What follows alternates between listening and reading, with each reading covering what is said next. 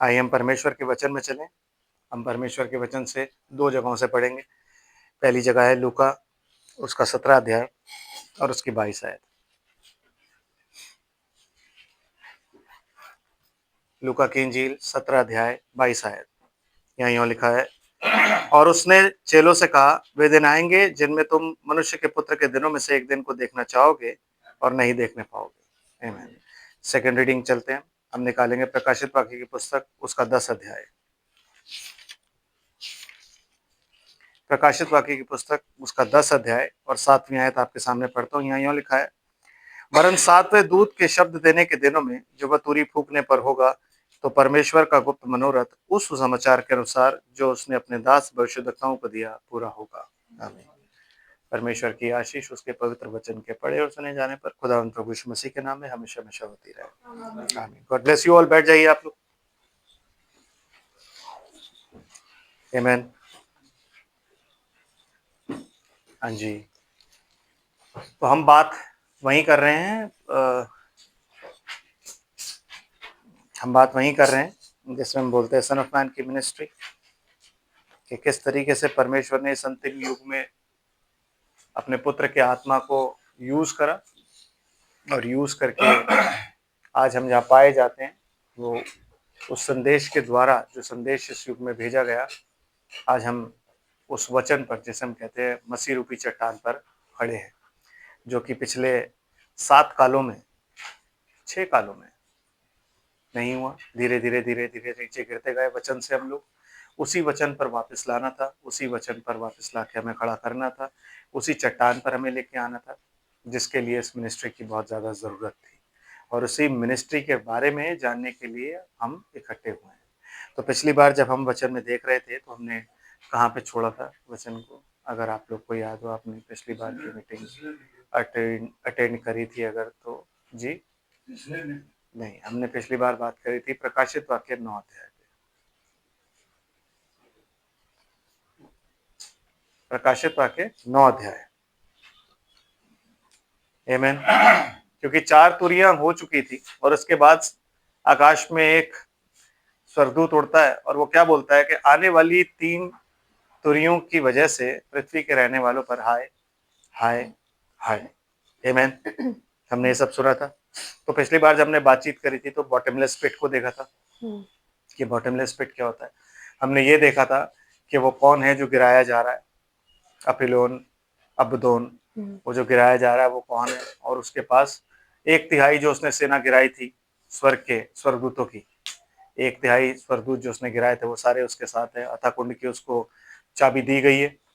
आमीन। और अथा कुंड की चाबी देके उसको भेज दिया गया है और वो नीचे उतर रहा है। वहां से अब हम आगे चलेंगे। तो प्रकाशित वाक्य कहाँ हमने छोड़ा था, प्लीज जरा बताइए मुझे।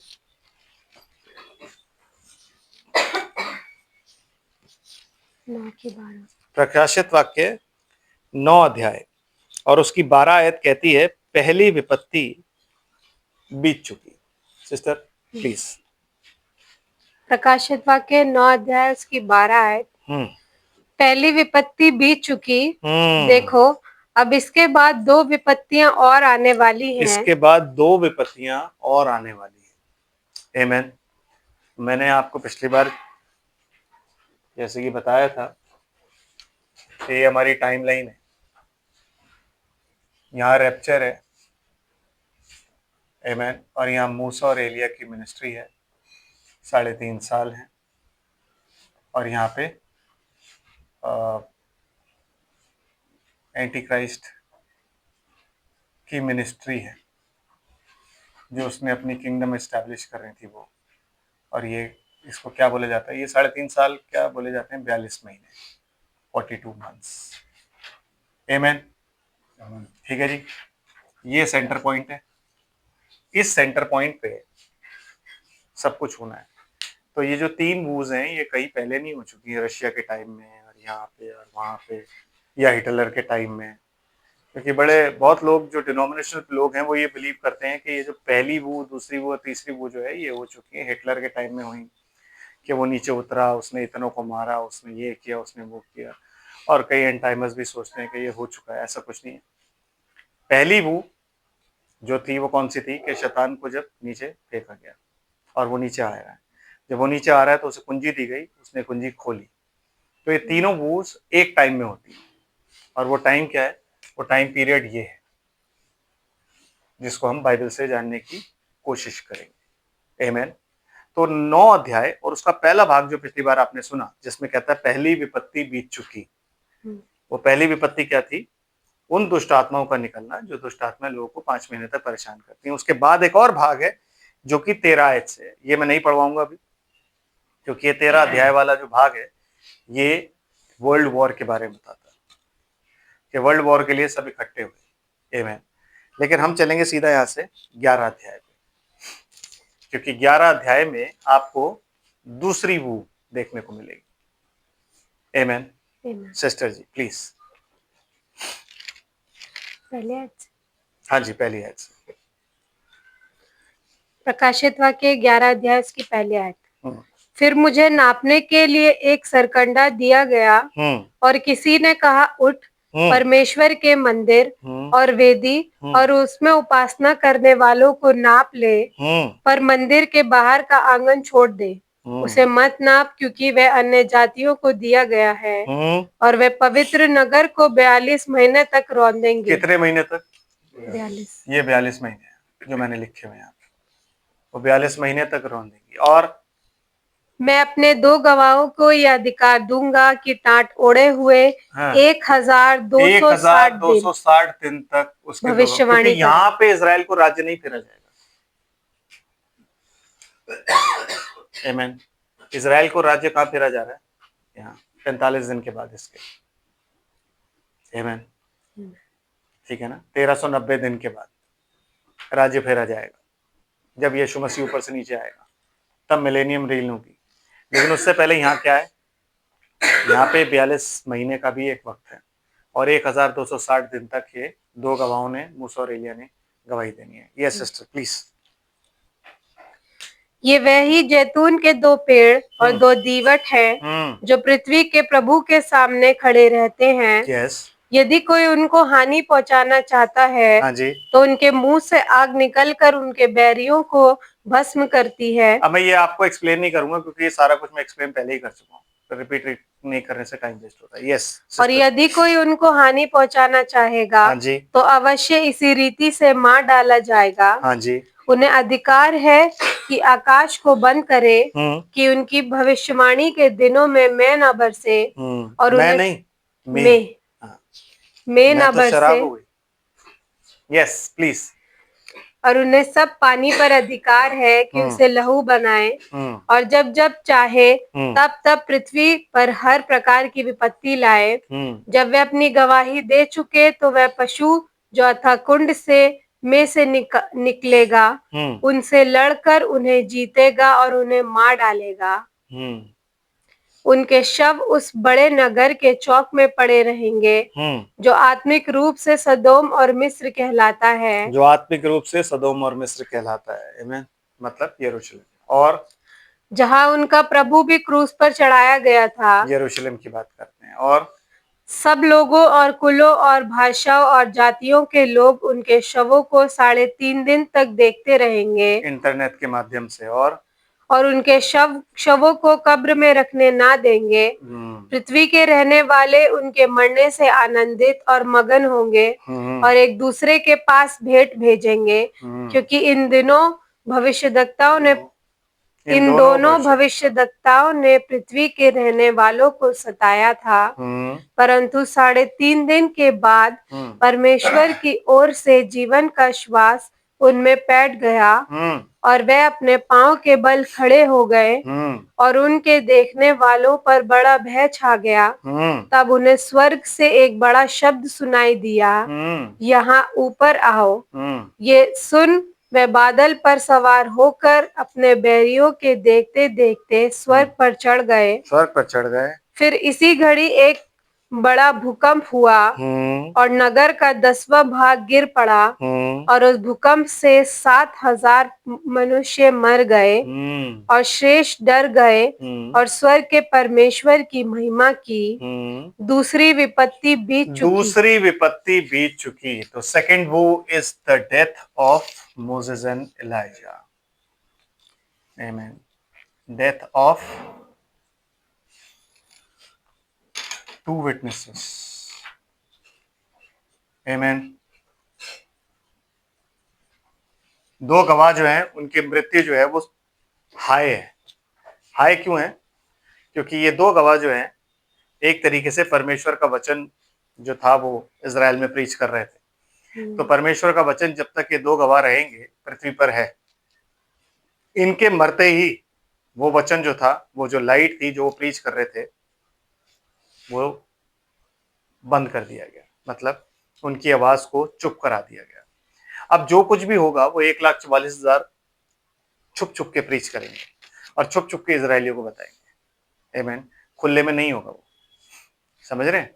लेकिन क्या है कि ये चीज क्या बताई जाती है कि जब ये दोनों मर गए तो दोनों के मरने के बाद जो परमेश्वर का भविष्यद्वक्ता जो कहता है ना कि दास भविष्यद्वक्ताओं को दिया, वो भविष्यद्वक्ताओं की जो वाणी थी, वो जो परमेश्वर का वचन दस सेड द लॉर्ड वो प्रीच कर रहे थे, वो जो लाइट थी वो शांत कर दी गई। विच मीन्स जैसा कि हमने प्रकाशित वाक्य 9 अध्याय में पढ़ा था कि जब उसने कुंजी खोली, जब उसने अतः कुंड खोला तो वहां पे क्या हुआ? भट्टी का सा धुआं उठा। मैंने आपको बताया था कि सूर्य अंधियारा हो गया। मतलब एक रोशनी जब तक होती है जब परमेश्वर का वचन होता है। आमीन। इसलिए यीशु मसीह कहता है जब तक मैं जगत में हूं मुझे अपने कामों को खत्म करना है, क्योंकि वो रात आने वाली है। मैं जगत की ज्योति हूँ। जब तक मैं जगत में हूं मैं जगत की ज्योति हूँ। क्यों? Because he was the son of God. और हमारे लिए ज्योति का काम कौन करता है? सूर्य करता है। आमीन। तो सूर्य का अंधियारा होने का मतलब और हवा का अंधियारा होने, हवा अंधियारी कभी नहीं होती, हवा दूषित होती है। हवा अंधियारी का मतलब उन्होंने जो लाइफ जिसमें पाई जाती है वो हवा होती है। तो जब हवा जो थी उसको उन्होंने क्या कर दिया? दूषित कर दिया। एटमोस्फेयर नहीं, एटमोस्फेयर नहीं, यहाँ पे ये स्पिरिचुअल बात है। एटमोस्फेयर को तो पहले कर चुके हैं। पहली 4 जो तुरियां थी उसमें एटमोस्फेयर को जो करना था मूसा और एलिया ने वो कर दिया था। अब ये एटमोस्फेयर नहीं है, ये स्पिरिचुअल मतलब है। मतलब परमेश्वर ने इस जगत में से अपने वचन को बोलने वालों को शांत कर दिया। अब 1,44,000 जो है वो छुप छुप के लोगों को बताते हैं। आमीन। खुले में कोई नहीं करता। जो परमेश्वर की इबादत थी एक्चुअली वो इबादत खत्म हो जाती है इसमें। आमीन। ठीक है जी, समझ आ रहा है? वो इबादत खत्म कर देता है। और जब वो इबादत खत्म होती है उसके बाद से रेन किसका शुरू होता है? यहाँ पे एंटी क्राइस्ट, वो यहाँ पे रूल करना शुरू करता है 3.5 साल के लिए। तो ये दोनों विपत्तियां एक ही टाइम में, उसका नीचे गिराया जाना, अथाह कुंड का खोलना और इन दोनों का मारा जाना। दूसरी विपत्ति हो चुकी। तीसरी विपत्ति, सिस्टर प्लीज।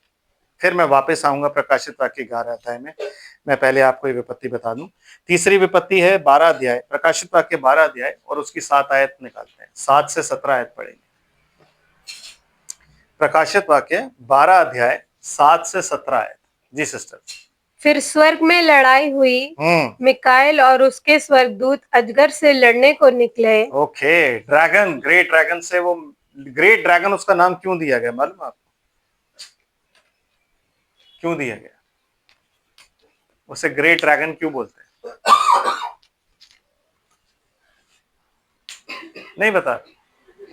यस, परमेश्वर ने एक जानवर ऐसा बनाया था जो समुद्र में रहता था, जैसे आप क्या बोलते हो, लेवियाथन।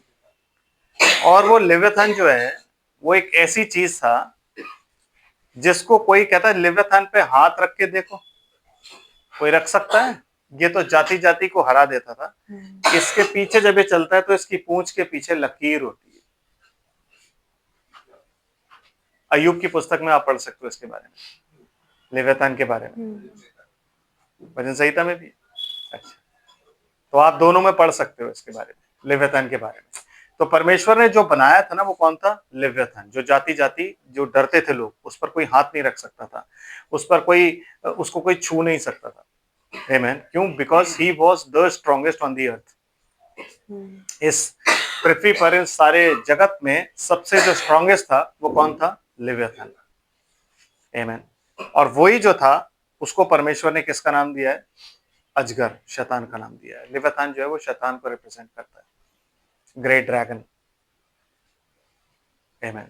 जो कि बहुत सुंदर था। अय्यूब में ये बताया गया कि वो बहुत सुंदर था, उसकी सुंदरता का वर्णन किया गया है। Amen. और बाइबल में भजन संहिता में लिखा हुआ लिव्याथान के सर को फोड़ डालता है, मतलब उसकी जो गर्भ था उसको वो तोड़ देता है, जहां से वो आग निकालता था वो सब तोड़ देता है। Amen. समझ रहे हैं आप बात को? तो वो लिव्याथान है जिसके बारे में लिखा हुआ है। Amen. और उस लिव्याथान को परमेश्वर जब ड्रैगन कह के कहता है तो क्या कहता है कि मिकाएल और उसके स्वर्गदूतों की और उसकी लड़ाई हुई, ड्रैगन की। फिर क्या है? और अजगर और उसके दूत उससे उससे लड़े परंतु प्रबल न हुए। ओके, कोई लिटरल लड़ाई नहीं है। ऐसा नहीं है कि आप सोचें कि वहां पे तलवारें चल रही हैं, लेकिन बाइबल हमें बताती है, पौलुस कहता है कि हमारा जो युद्ध है वो मांस और लहू से नहीं है। हमारा युद्ध किससे है? आत्माओं से है, प्रधानताओं से है। आमीन। ऊंची हवाओं से है। तो इसलिए वो क्या कहता है? उद्धार का टोप पहन लो। तो ये सारी चीजें जो वचन को रिप्रेजेंट करती हैं वो चीजें, तो वो वचन की लड़ाई है। सारी लड़ाई किसकी है? वचन की है। यस। और स्वर्ग में उनके लिए फिर जगह ना रही। मतलब कहने का है दे वर कास्ट आउट ऑफ हेवन। ठीक है जी, उन्हें स्वर्ग से निकाल दिया गया। ये लड़ाई आज नहीं हुई है, ये लड़ाई उस दिन नहीं हुई जिस दिन यीशु मसीह मरा। ये लड़ाई उस दिन नहीं हुई जिस दिन यीशु मसीह ने बोला लूका की इंजील में कि मैं शैतान को स्वर्ग से गिरता हुआ देख रहा था। ये लड़ाई उस दिन नहीं हुई जब अदन की वाटिका में कुछ हुआ। ये लड़ाई तब हुई है जब लूसीफर के मन में पाप आया। ये लड़ाई उस दिन हुई क्योंकि उस दिन उसके मन में वो सारे विचार आए थे जो यशायाह नबी की पुस्तक उसका 14 अध्याय और उसकी 12 आयत में लिखे हुए हैं। उस दिन वो सारी चीजें उसके हृदय में आई थी। आमीन। समझ रहे? आपको पता होगा वो सारी चीजें क्या है? मैं जो बोलता है उस दिन वो जैसी वो सारी चीजें उसके अंदर आई, आते ही क्या हुआ? उसके बाद वो हेवन, खुदा की हुजूरी में अप्रोच नहीं कर पाया। खुदा को आज तक कभी किसी ने नहीं देखा, लूसीफर ने भी नहीं देखा, क्योंकि उसने जितने भी स्वर्गदूत बनाए हैं कैसे रहते हैं। आमीन। तो कहता मेरा चेहरा कोई नहीं देख सकता, मिकाएल और जिब्राइल भी नहीं। कहाँ रहते हैं वो? कौन सा स्वर्ग? वो स्वर्ग जिसे देखने के लिए परमेश्वर झुकता है, which means yes, which means ये हिस्सा जहाँ पे एंजल्स है। इन एंजल्स के ऊपर भी कुछ है और वो है eternal spirit, the supreme power, God himself. आमीन। इटर्नल स्पिरिट हिमसेल्फ, जिसमें वो कहता है सब कुछ उसके अधीन कर दिया। किसके? यीशु मसीह के। लेकिन जब सब कुछ अधीन कर दिया तो अपने आप को अलग रखा। अपने आप को अलग रखा मतलब he is higher, self existent. आमीन। यीशु मसीह सेल्फ एग्जिस्टेंट नहीं, he was created। Amen। he was created but the Lord God Almighty, जिसे हम बोलते हैं एलोहिम, जिसे हम बोलते हैं, वो सेल्फ एग्जिस्टेड गॉड है जो खुद पहले से था। इसलिए तीन गॉड कभी भी नहीं हो सकता। इटर्नल सन कभी भी नहीं हो सकता। कोई सन इटर्नल हो ही नहीं सकता। हो सकता है क्या? कोई भी सन इटर्नल है? हर सन तभी होता है जब बाप पहले होगा, और बाप उसको पैदा करेगा तभी सन होगा, उससे पहले सन नहीं हो सकता। तो इटर्नल कोई चीज नहीं है, इटर्नल सन। वो अगर आप सोचते तो आपको इंग्लिश भी नहीं आती। यस, आपको इंग्लिश ही नहीं आती, ना आपको नेचर के बारे में पता है। नेचर भी आपको नहीं पता, क्योंकि अगर बाप नहीं होगा तो बेटा कहां से होगा? तो अगर बाप होगा तो बेटा उसी में से निकलेगा। ऐसे बार बार वो क्या कहता है, मैं पिता से निकल के आऊं, पिता से निकल के आऊं, पिता से निकल के आऊं। आमीन। सो ही इज नॉट इटर्नल। आमीन। समझ आ रहा है? तो ये लड़ाई तब हुई, और वो क्या हुआ? वो बिजली किसी तेजी से ना ऊपर जा रहा था लड़ने के लिए कि आज मैं परमेश्वर को गिरा दूंगा। क्यों? क्योंकि मैं उसके अपने सिंहासन को उसके तुल्य बनाऊंगा, तारागण के ऊपर बैठूंगा। ये सारी चीजें वो करने जा रहा था तेजी से। तभी उसे एक चीज हिट करती है और वो रुकता है। उसे नहीं पता कि वो चीज क्या है। वो क्या थी चीज? मसीह। आमीन। और मिकाएल और उसके दूत उससे लड़े और वो जीत नहीं पाया। वो कभी जीत नहीं सकता, क्योंकि वो जंग वो तभी हार गया जब उसके मन में पाप आया। और हर जंग वो तभी हार गया जब वो मिकाएल और उसके सरदूतों से लड़ा, और उसको स्वर्ग से जैसे ही निकाला गया वो हर जंग हार गया। आज की डेट की जितनी भी जंग है वो सब हार गया उस टाइम पे। आमीन। उससे सारे राइट्स उसके ले लिए गए कि तेरा कोई अधिकार नहीं है। आमीन। आमीन। कैन क्या बोलता है? पृथ्वी पर मैं क्या हूं? भेतू और सेम केस है ब्रदर, सेम केस है। उसके लिए कोई जगह नहीं है टिल दिस टाइम। उसके लिए कोई जगह नहीं है जहां पे वो अपने आप को रेस्ट करे, किसी के अंदर बैठे। कोई जगह नहीं है। वो ऊपर है, जिसे आप बोलते हो ना ऊपरी हवाएं, वो ऊपर है। उसके एंजल्स भी ऊपर हैं और वो लोगों को सिर्फ परेशान कर रहा है, मैनिपुलेट करता है उनके दिमाग को यूज करके। हम पर उसका कोई अधिकार नहीं है, लेकिन वो हमारे अधिकारों को ही इस्तेमाल करके हमें नीचे कर देता है, हमारी ही सामर्थ को। आमीन। समझ आ रहा जी आपको? ये उसका काम है। तो वो जो जंग थी ना, वो उस दिन नहीं हुई। जंग हुई कब? जब उसके मन में पाप आया। और वो कब हुई हम नहीं जानते, क्योंकि आदि तक का तो हमें पता है। मतलब आदि भी नहीं पता हमें। हमें तो ये पता है कि पृथ्वी कब बनाई गई, आदम कब आया, पृथ्वी कब बनी, स्वर्ग कब बना। ये सब जो आदि में हुआ वो आदि हम नहीं जानते। कितने हजार करोड़ लाख जितने भी साल पुरानी हो, हमें कुछ भी नहीं पता, लेकिन ये तब हुआ। आमीन। यस सिस्टर, फिर आगे क्या हुआ? तब वह बड़ा अजगर, हाँ। अर्थात वही पुराना सांप जो इब्लिस और शैतान कहलाता देखो है। खुदा ने उसका नाम सांप क्यों रखा है? उसका नाम सांप इसलिए है क्योंकि वो सबसे सटल है। सटल क्या बोलते हैं? धूर्त। अपनी बातों से ही लोगों को घुमा देता है, जैसे आज भी घुमा रहा है। आमीन। वो खुद जानता है कि एक खुदा है, लेकिन पूरी दुनिया जानती है कि तीन परमेश्वर है। फिर चाहे वो कोई भी रिलीजन क्यों ना हो, हर दिन पूरी दुनिया जानती है कि तीन है, लेकिन वो जानता है कि एक खुदा है। तो उसने सबसे पहले क्या किया? एक खुदा को काट के लोगों के हाथ में दे दिया। फिर उसने अलग अलग रिलीजन, मतलब वो इतना स्मार्ट है कि उसने लोगों को क्या बना दिया? रिलीजियस। कि लोग आज की डेट में क्या बन गए? धर्मी। मतलब धर्मी नहीं, धार्मिक। धर्मी तो राइचस होता है, लोग क्या बन गए? धार्मिक। और इतने धार्मिक हो गए कि वो धार्मिकता के चक्कर में उन्हीं को मारने लगे जो लोग राइचस थे, धर्मी। इसलिए यीशु मसीह कहता है ना, जब कोई तुम्हें मार देगा तो सोचेगा मैंने धर्म का काम किया है। वो जिस धर्म की बात करता है वो राइचसनेस नहीं है, वो है रिलीजन। कि मैंने परमेश्वर का जो कार्य है, जो उसके धर्म को बचाने का कार्य है, वो मैंने किया है। मतलब खुदा को और उसके वचन को बचाने का कार्य कौन करता है? आदमी करता है। और ये कौन सिखाता है? शैतान सिखा रहा है कि तुम बचा सकते हो। जब तुम अपने आप को नहीं बचा सकते तो तुम उसके वचन को कैसे बचाओगे? जब तुम्हें यही नहीं पता कि तुम्हारा जीवन तुम्हारे लिए कितना है। बीमारी तुम्हारे पास आ रही है, तुम बीमारी से नहीं बचा सकते, बुखार से नहीं बचा सकते, सर दर्द से नहीं बचा सकते, इस ठंड में जुकाम से नहीं बचा सकते, तो तुम धर्म को, जो इतनी बड़ी चीज है, जो जिसका वो करता धरता, उसको कैसे बचाओगे? तो ये उसने डाला है। ये इसमें किसी की कोई गलती नहीं है, क्योंकि वो बहुत धूर्त है। वो बहुत धूर्त है। वो वचन में सिर्फ, और आप ये चीज देखो, सारी डिनोमिनेशंस के पास वचन है, ऐसा नहीं है कि नहीं, लेकिन उसने क्या किया? कहीं पे कुछ निकाल दिया और कहीं पे कुछ ऐड कर दिया।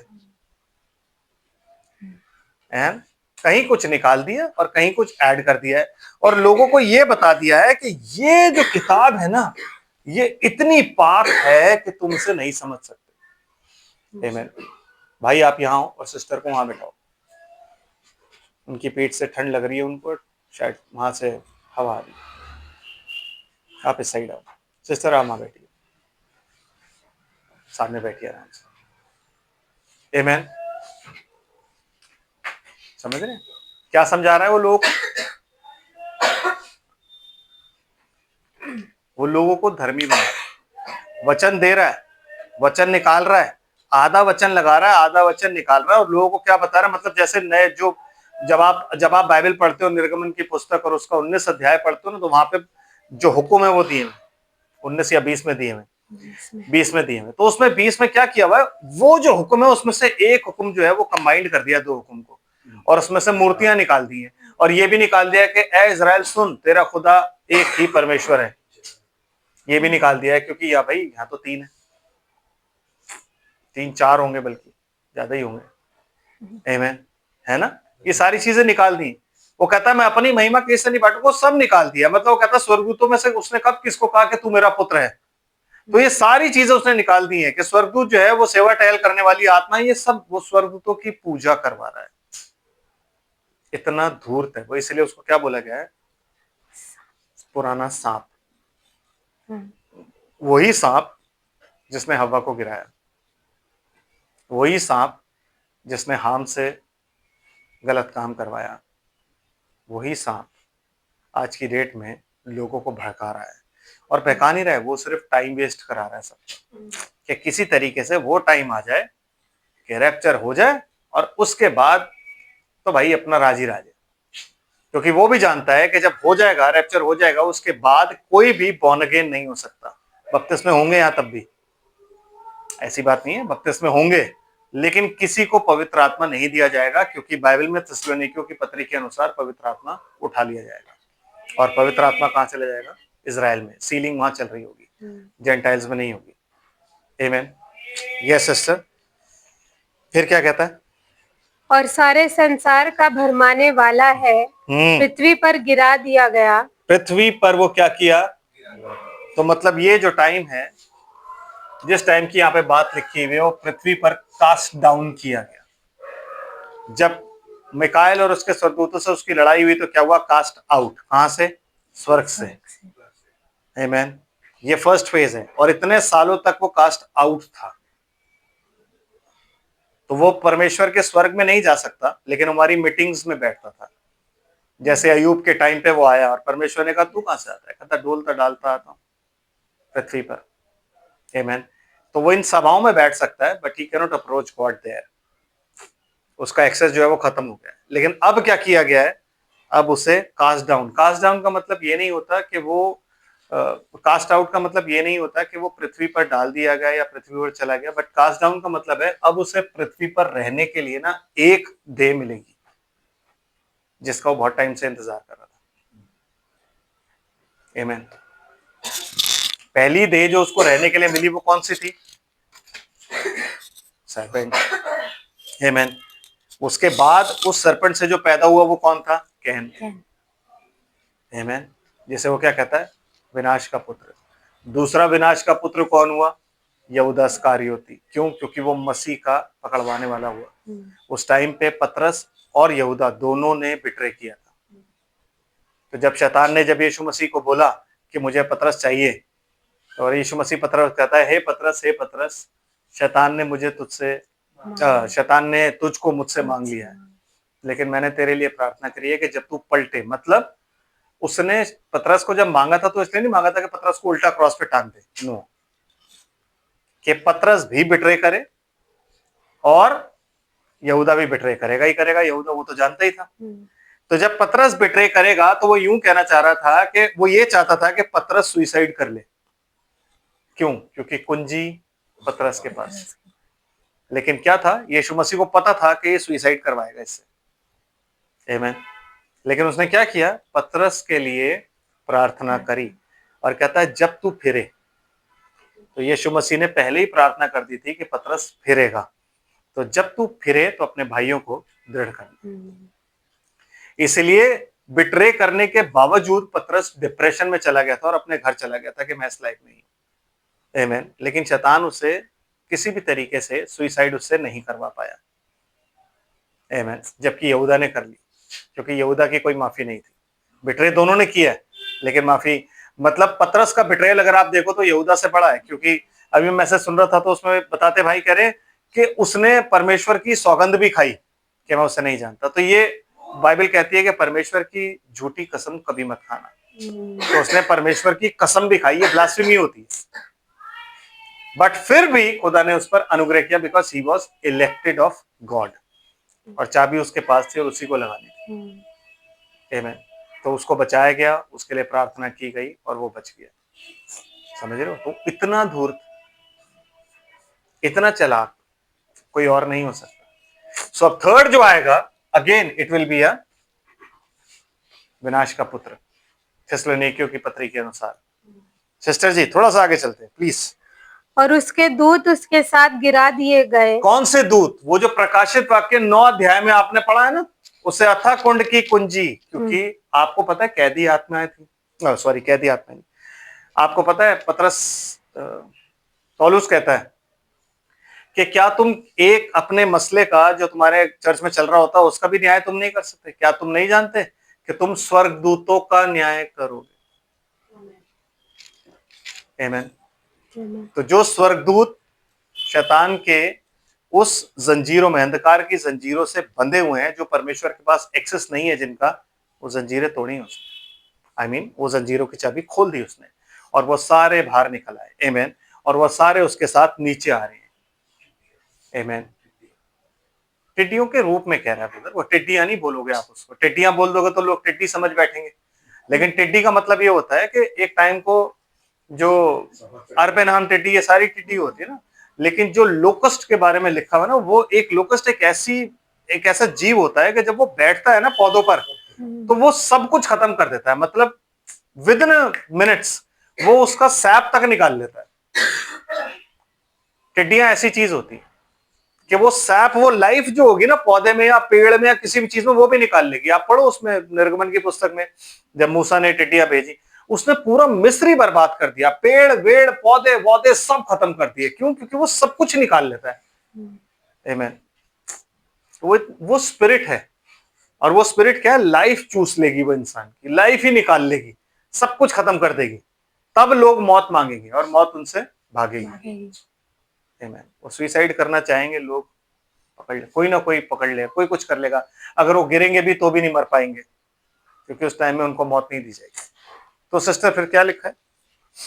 फिर मैंने स्वर्ग से ये बड़ा शब्द आते हुए सुना, जी। अब हमारे परमेश्वर का उद्धार और सामर्थ और राज्य और उसके मसीह का अधिकार प्रकट हुआ है, क्योंकि हमारे भाइयों पर दोष लगाने वाला नीचे खड़ा होकर ना क्या करता था? दोष लगाता रहता, यहाँ से खड़ा होकर परमेश्वर को अप्रोच करता रहता है, ये इसने ये पाप किया है, अजरिया ने, राजीव उसने वो पाप किया है, तू उसे कैसे लेने जा सकता है? एरन उसने वो पाप किया है, तू उसे लेके जाएगा? ये संजीव इसने ये पाप किया है, ये सिस्टर ये सिस्टर ये सिस्टर ये सब पापी है, तू इनको लेके कैसे जा सकता है? तेरा वचन, तू तो बहुत पवित्र है, अति पवित्र है, तेरे वचन में ये लिखा है, तेरे वचन में ये लिखा है। उसका काम ही है,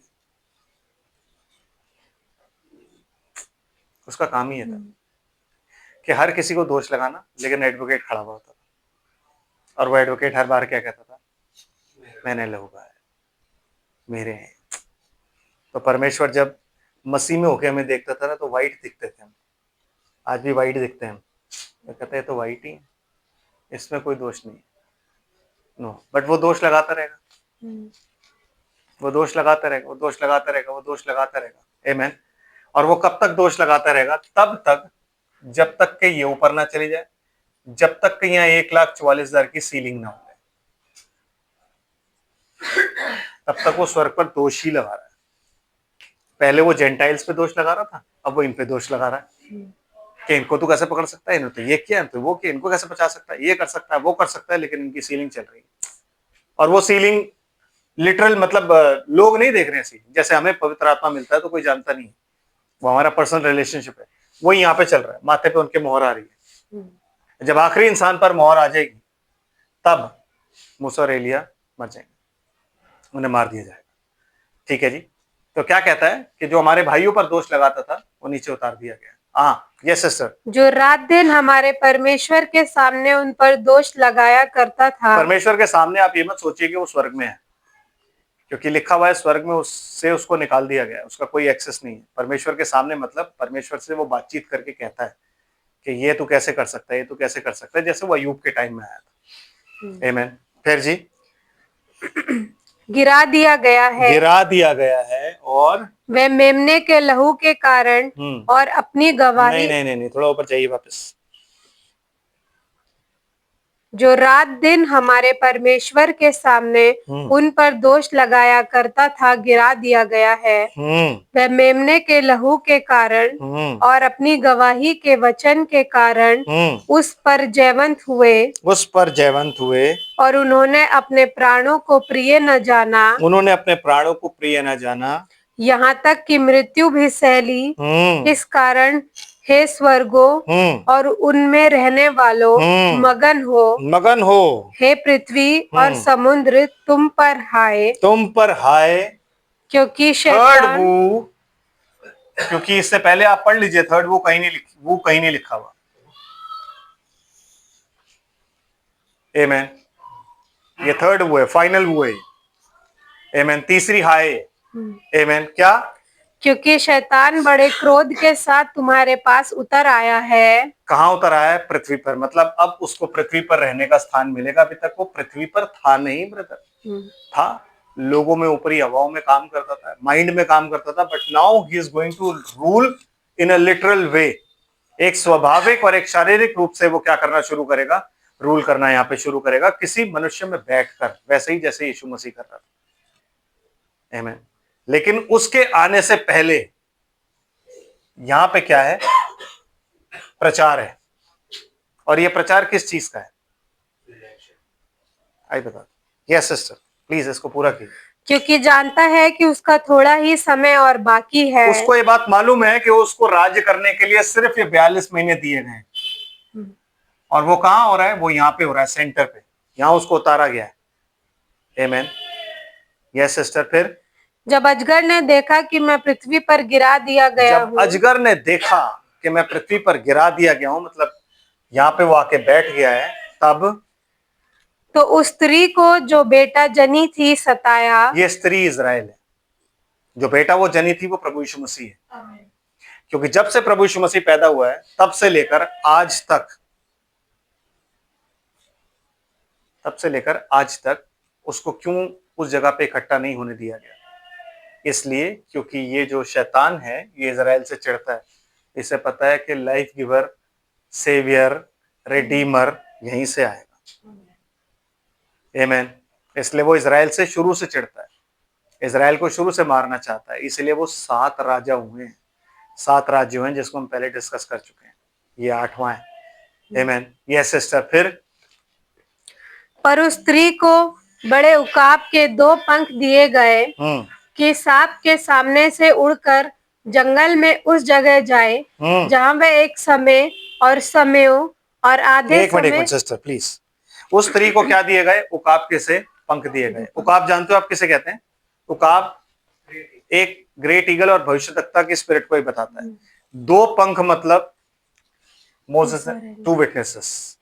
मतलब जब ये समय आने वाला होगा, जब यहाँ पे इनकी डेथ होने वाली होगी, उससे पहले ये एक्सप्लेन करके इनको बता देंगे कि समय पूरा हो चुका है और अब तुम लोग यहाँ से, ये वही चीज बताएंगे जो यीशु मसीह ने बताई थी कि जब तुम यरूशलेम को सेनाओं से घिरा हुआ देखो तो जो छत पर हो जमीन पर ना उतरे और तुम सब यहाँ से भाग जाना। आमीन।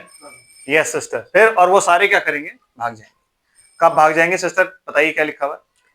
पर उस स्त्री को बड़े उकाब के 2 पंख दिए गए। हाँ जी। कि सांप के सामने से उड़कर जंगल में उस जगह पहुंच जाए, आइसोलेशन में पहुंच जाए, और जहां वह एक समय और समयों और आधे समय तक पाली जाए।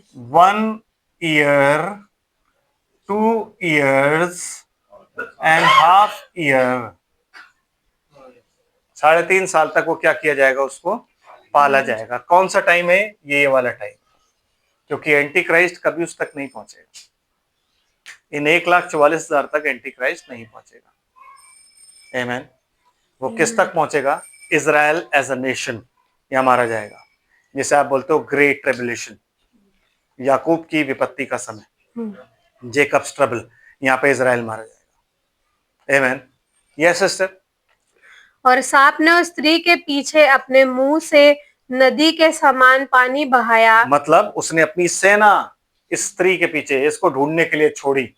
आमीन। भेजी और कि उसे इस नदी से बहा दे। हाँ जी। परंतु पृथ्वी ने उस स्त्री की सहायता की। कैसे? जब मूसा और एलिया मरे और उनकी देह जब उठा ली गई, सब कुछ हो गया, तब एक बहुत बड़ा भूंडोल हुआ और उस भूंडोल से 7,000 लोग, तो वो भूंडोल है और उससे क्या हुआ, लोग मर गए। सेना जो थी उसकी वो मर गई, जो ढूंढने के लिए इजराइल में गई थी। और सिस्टर, और अपना मुंह खोलकर उस नदी को जो अजगर ने अपने मुंह से बहाई थी पी लिया। और तब अजगर स्त्री पर क्रोधित हुआ हाँ, और उसकी शेष संतान से, शेष संतान मतलब Israel as a nation, remnant जिसे आप बोलते हो, आमेन। इजराइल एज अ नेशन जिसे हम क्या बोलेंगे, रेमनेंट।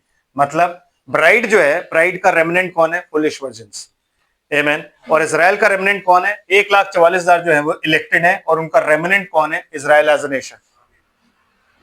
तो वो रेमनेंट के पास गया और जो परमेश्वर की आज्ञाओं को मानते हाँ, और यीशु की गवाही देने पर स्थिर है। मतलब वो क्या हुआ, जाके इजराइल एज अ नेशन के पीछे पड़ गया, प्लस फुलिश वर्जन्स के पीछे पड़ गया। यहां फुलिश वर्जन्स को कोई हार्म नहीं है।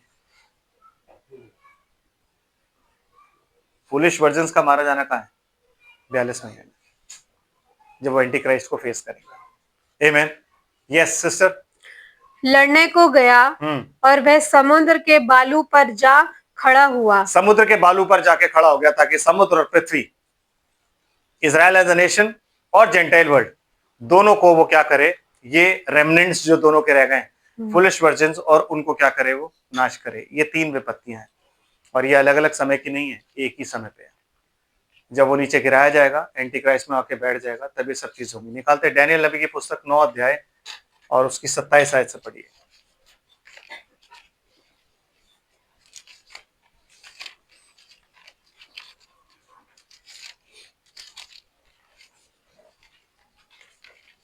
डैनियल नबी की पुस्तक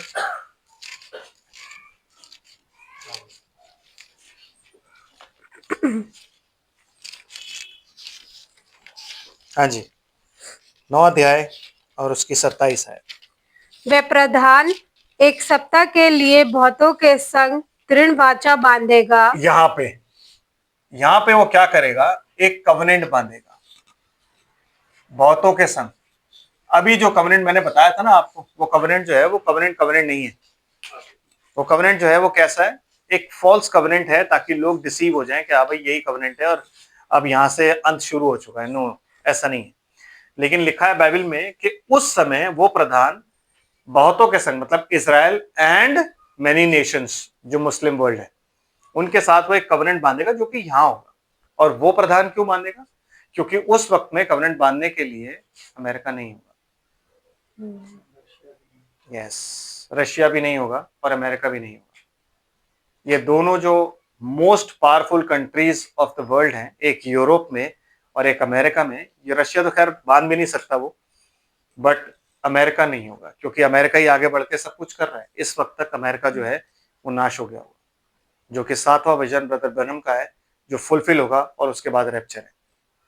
तो अमेरिका नाश हो चुका होगा।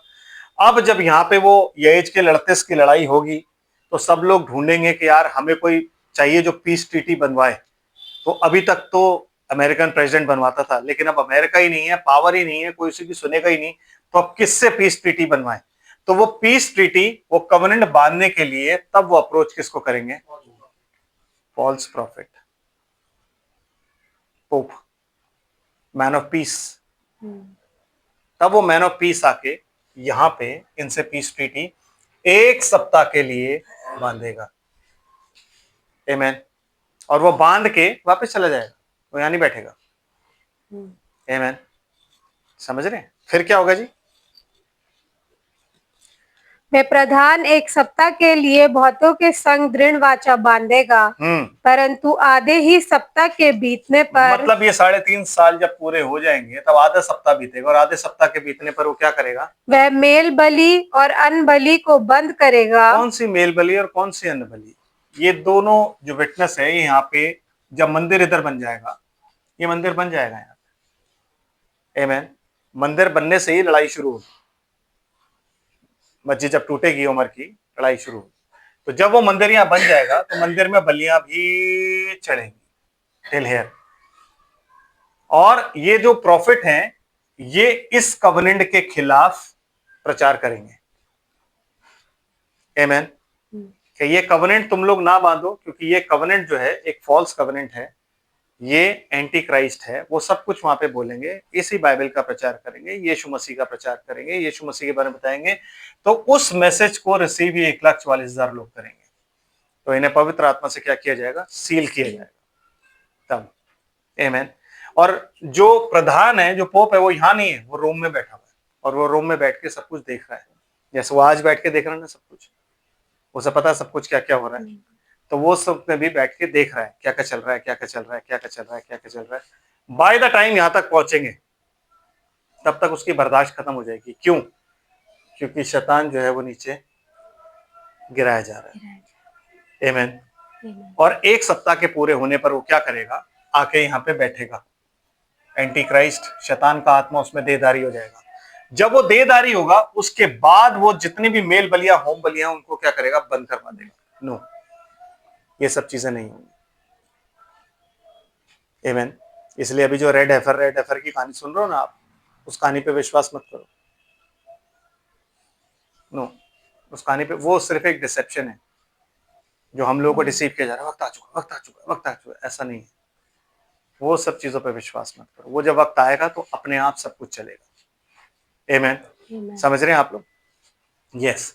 तो यहाँ आके वो बांधेगा, और यहाँ आके वो क्या करेगा? हफ्ता के बीच में जब पहुंचेगा तो और कंगूरे पर उजाड़ने वाली घृणित वस्तु दिखाई देगी। वही जो मत्ती 24 में यीशु मसीह ने बताई कि जब तुम कंगूरे पर उजाड़ने वाली घृणित वस्तु को देखो, जो पढ़े वो समझे। ये भी बड़ा जरूरी है कि जो पढ़े वो समझे। आमीन। तो इन चीजों को जब तुम देखो तब, और निश्चय ही ठनी हुई बात के समाप्त होने तक परमेश्वर का क्रोध उजाड़ने वाले पर पड़ा रहेगा। मतलब बात समाप्त होने तक, निश्चय ठनी हुई बात समाप्त होने तक परमेश्वर का क्रोध इस उजाड़ने वाले पर पड़ा रहेगा। आमीन। जब तक पूरी तरीके से यहाँ पे नाश नहीं हो जाता। He is talking about the great day of the Lord, great and dreadful day of the Lord. फिर क्या कहता है वो? फारस देश के राजा, बस फारस देश के राजा की बात नहीं सुननी। आमीन। समझ रहे हैं आप? तो ये जो प्रोसेस है ये इसका है, और वो तीनों वूज जो है, तीनों हाई जो है, वो यहीं पे पूरी होंगी, एक ही समय की है, एक समय से ज्यादा की नहीं है। आमीन। इसलिए मैंने बोला प्रकाशित वाक्य की पुस्तक में आगे पीछे लिखी। तो अगर आप उसको सोचेंगे ना कि वो लाइन में लिखी और एक के बाद एक पढ़ेंगे, तो आप कभी भी किसी निष्कर्ष पर नहीं पहुंचेंगे, और आपको कभी भी पता नहीं लगेगा कि आप किस टाइम में और किस सीजन में जी रहे। आप कंफ्यूज हो जाएंगे खुद ही। तो इस चीज को जानना बहुत जरूरी है। आमीन। इतना आपको समझ आ गया? अब हम वापस चले सन ऑफ मैन पे, 11 अध्याय 14 आयत। सिस्टर, प्रकाशित वाक्य 11 अध्याय और 14 आयत। दूसरी विपत्ति बीत चुकी, दूसरी विपत्ति बीत चुकी, देखो तीसरी विपत्ति शीघ्र आने वाली है। हाँ, बट ये जो छठा स्वर्गदूत है ये तीसरी विपत्ति नहीं है, वो कह रहा है शीघ्र आने वाली है। और जब सातवें दूत ने तुरी फूकी, जब सातवें दूत ने तुरी फूकी। आमीन। सातवां दूत क्या कर रहा है? ही इज साउंडिंग, क्या लिखा हुआ इंग्लिश में? Sounding the trumpet. आमीन। Sounding the trumpet. तो सातवें दूत के पास क्या है? सातवें दूत के पास सिर्फ एक तुरी है। और ये दूत कौन सा दूत है? जिन्हें क्या दिया गया? तुरियां दी गई। आमीन। इन्हें दिया गया तुरियां। तो उसने जब तुरी फूकी तो क्या होता है सिस्टर?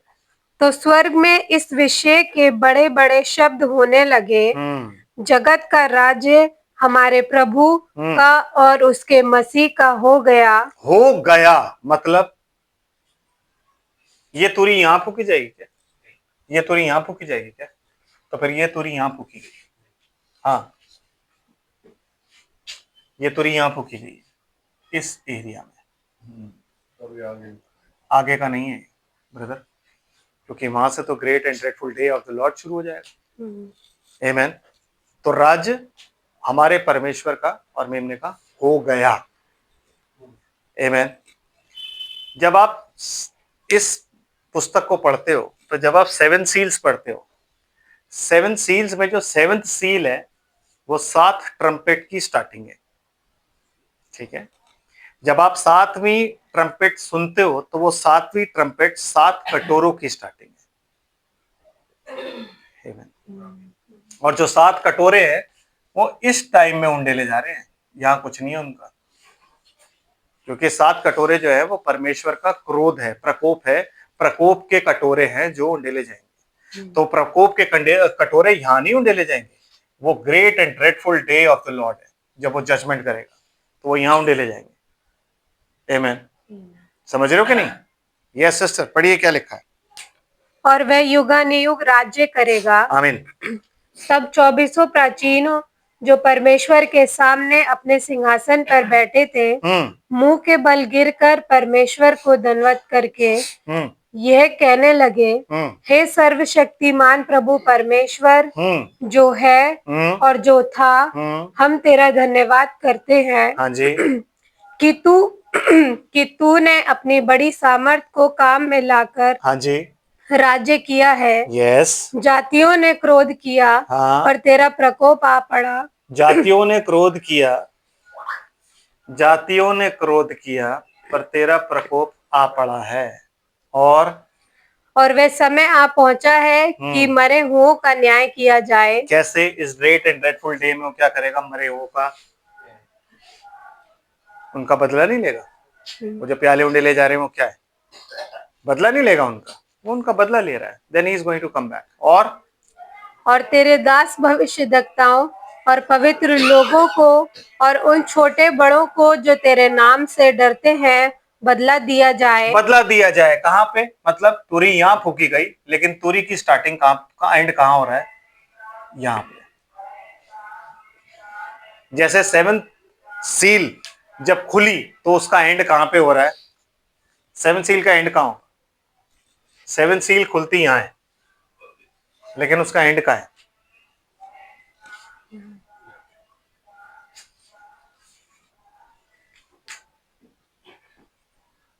पढ़िए बाइबल, प्रकाशित वाक्य, आपको पता लग जाएगा। पढ़िए। आमेन। यस। फिर और पृथ्वी के बिगाड़ने वाले नष्ट किए जाएं। तब परमेश्वर का जो मंदिर स्वर्ग में है वह खोला गया। वह खोला गया। परमेश्वर का मंदिर, मैंने पहले ही बताया था। परमेश्वर का मंदिर कौन है? उसकी प्रजा, उसकी दुल्हन, उसका मसीह। और उसको क्या किया? खोला गया। और उसके मंदिर में उसकी वाचा का संदूक दिखाई दिया। आमीन। और बिजलियां और शब्द और गर्जन और भूकंप हुआ। और एक भूकंप हुआ, वो भूकंप यहाँ होना है। और बड़े ओले पड़े। जैसा कि बाइबल हमें बताती है, उस टाइम में आसमान से आसमानी शक्तियां हिलाई जाएंगी और पृथ्वी पर गिराई जाएंगी और ओले पड़े बड़े बड़े। आमीन।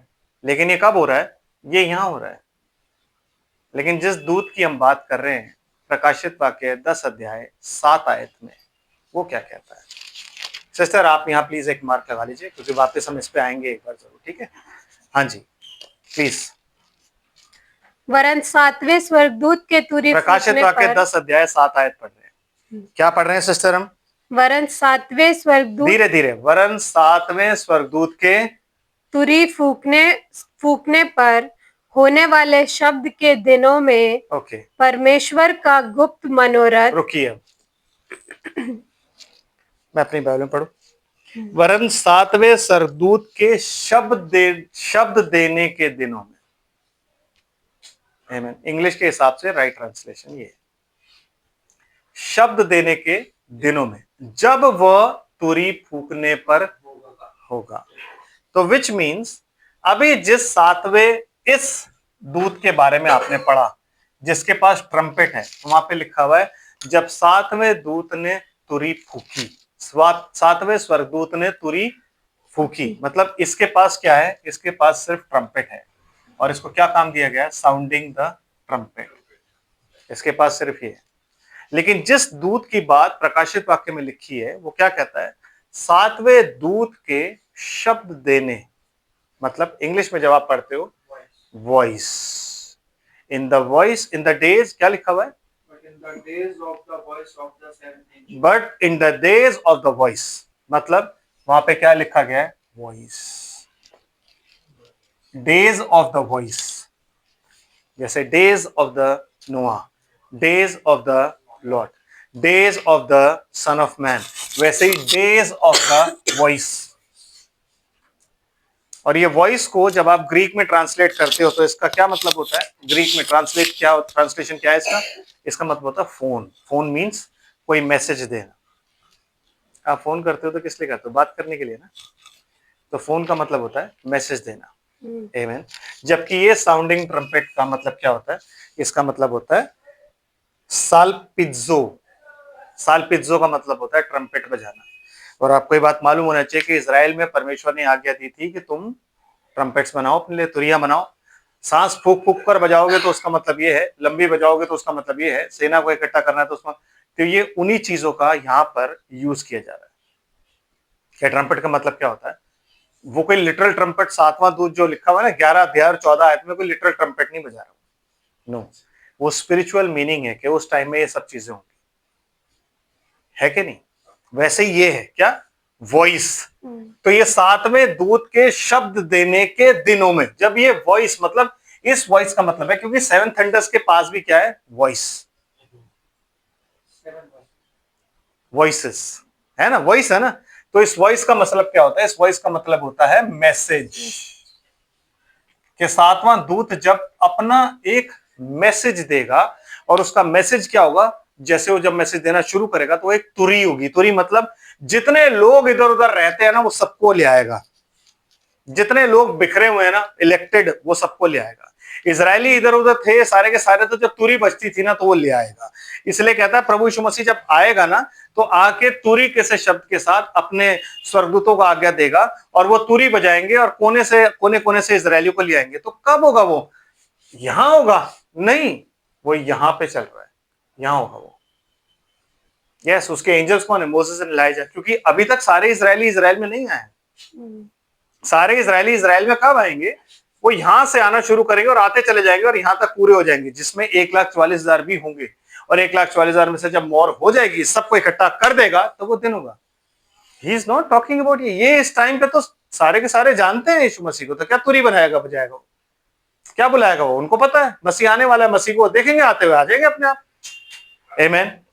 जो तुरी लिखी हुई है वो यहां लिखी हुई, यहां से वो तुरी बजाएगा, यहां से मोजे लाएगा, तुरी बजाते रहेंगे, मतलब मैसेज चलता रहेगा, और वो पृथ्वी के हर छोर से इजरायलियों को इकट्ठा करेंगे। आमीन। बिल्कुल वैसे ही जो संदेश यहाँ पे सातवें दूत का है, वॉइस है, वो एक ट्रम्पेट की तरह है। और वो ट्रम्पेट जब बजेगी तो क्या होगा, जितने भी ट्रेडिशंस, डिनोमिनेशंस, कल्ट्स, रिलीजन्स, इन सब में जो लोग फंसे हुए हैं, जो उसके इलेक्टेड हैं, जो उसमें पाए जाते हैं, वो सारे उस मैसेज के द्वारा सारे के सारे इकट्ठे होके बाहर निकल आएंगे।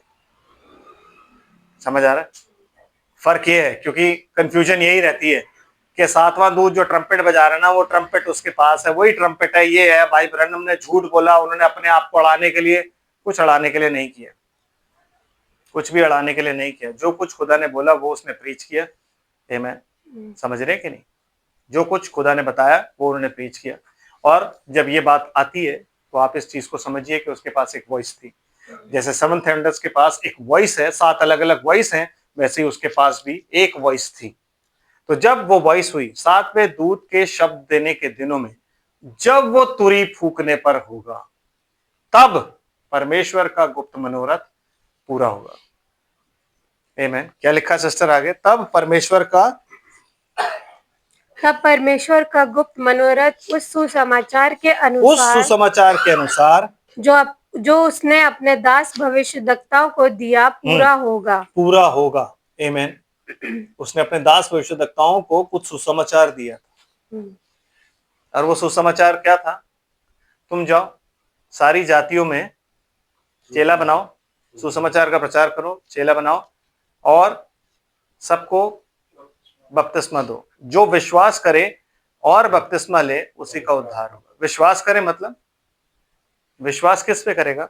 इस वचन पे। विश्वास किस पे करेगा? चेलों पे करेगा। आमीन। चेलों की शिक्षा पर करेगा। विश्वास किस पे करेगा? यीशु मसीह के नाम पर करेगा। तो अगर आप नाम पर विश्वास करके बपतिस्मा पिता पुत्र पवित्र आत्मा के नाम पे ले रहे हो तो आपका बपतिस्मा फिर कट किया जाएगा, क्योंकि वो कहता है नाम पर। आमीन। समझ रहे बात को? तो थोड़ा सा निकालते हैं मिस्ट्री देखने के लिए। इफिसियों की पत्री और उसका 3 अध्याय 6 आयत क्या कहता है?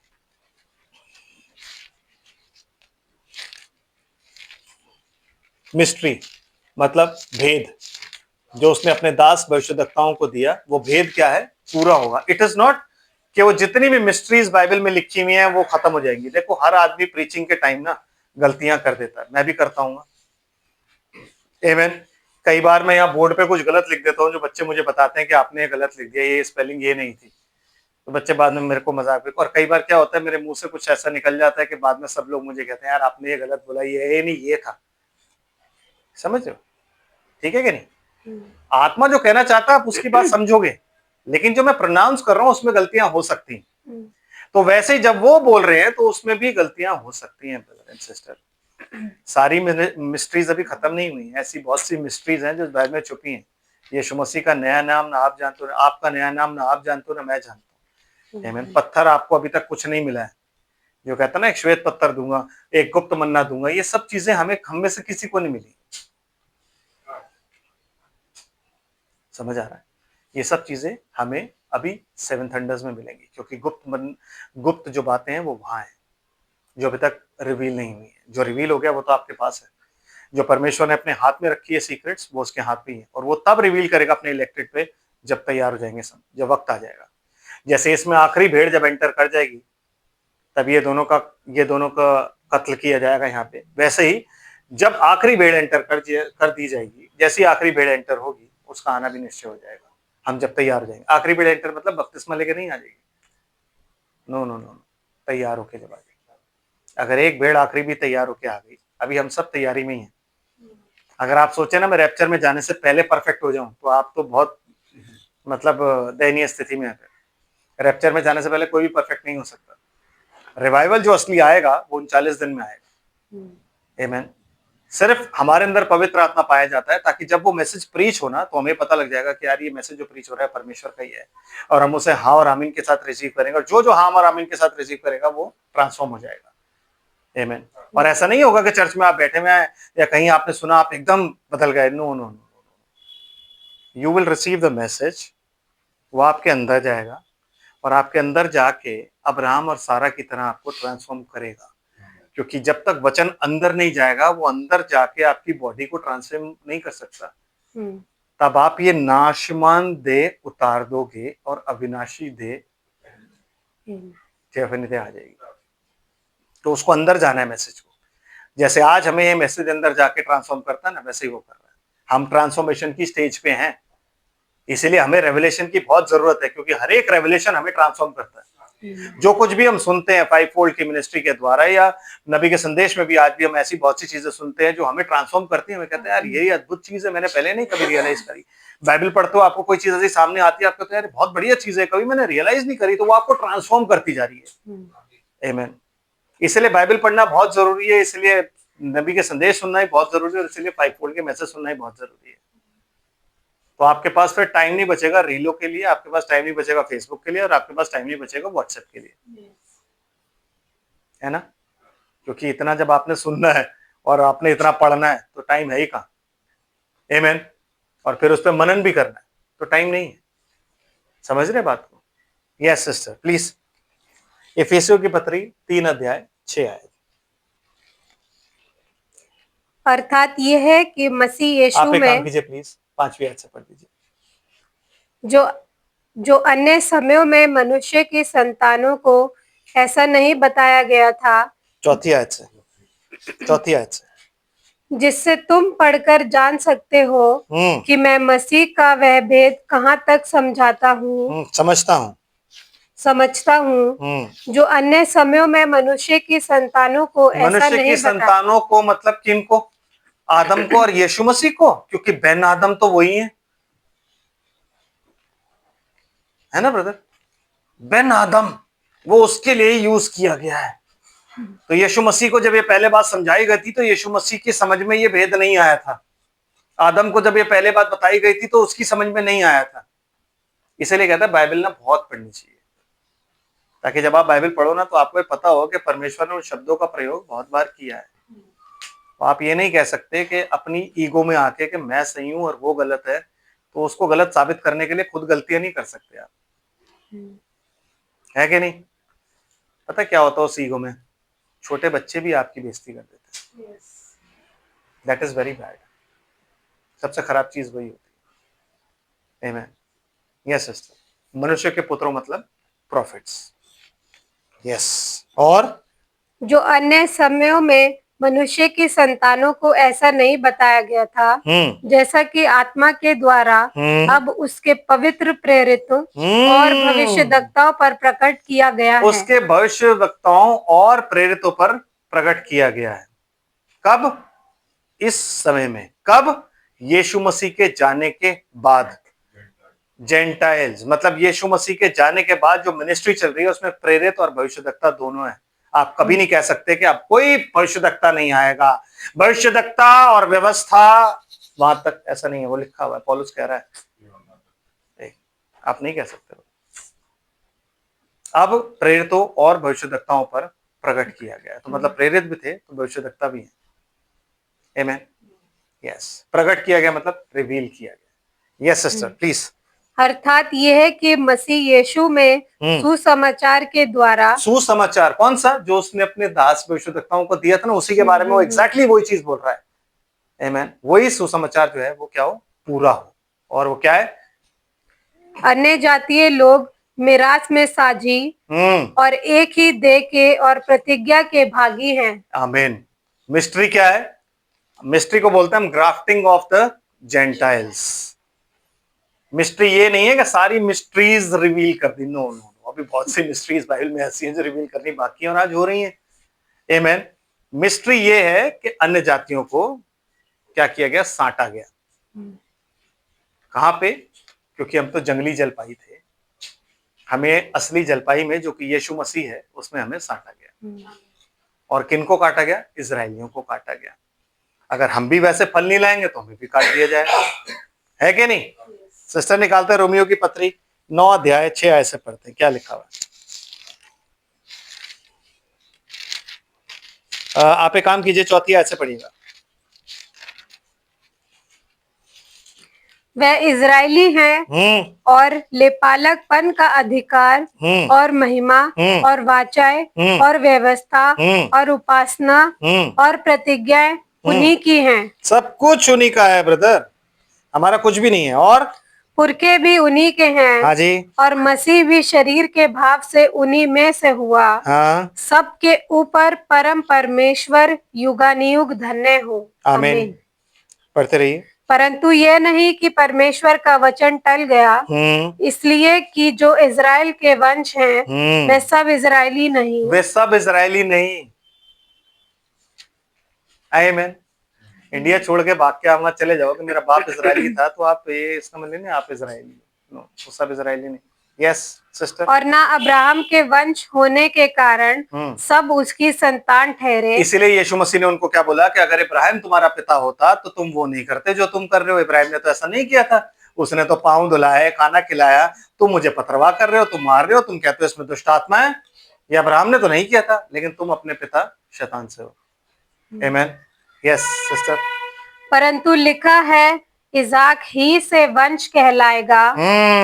अर्थात शरीर की संतान परमेश्वर की संतान नहीं, परंतु प्रतिज्ञा की संतान वंश गिने जाते हैं। आमीन। प्रतिज्ञा की जो संतान है, इसीलिए सारे बुलाए हुए एंड टाइमर्स रैप्चर के भागी नहीं होंगे, लेकिन जो परमेश्वर की योजना में ठहराई हुई ब्राइड है सिर्फ वही होंगे। इसलिए फूलिश वर्जिन्स और वाइस वर्जिन्स भी हैं।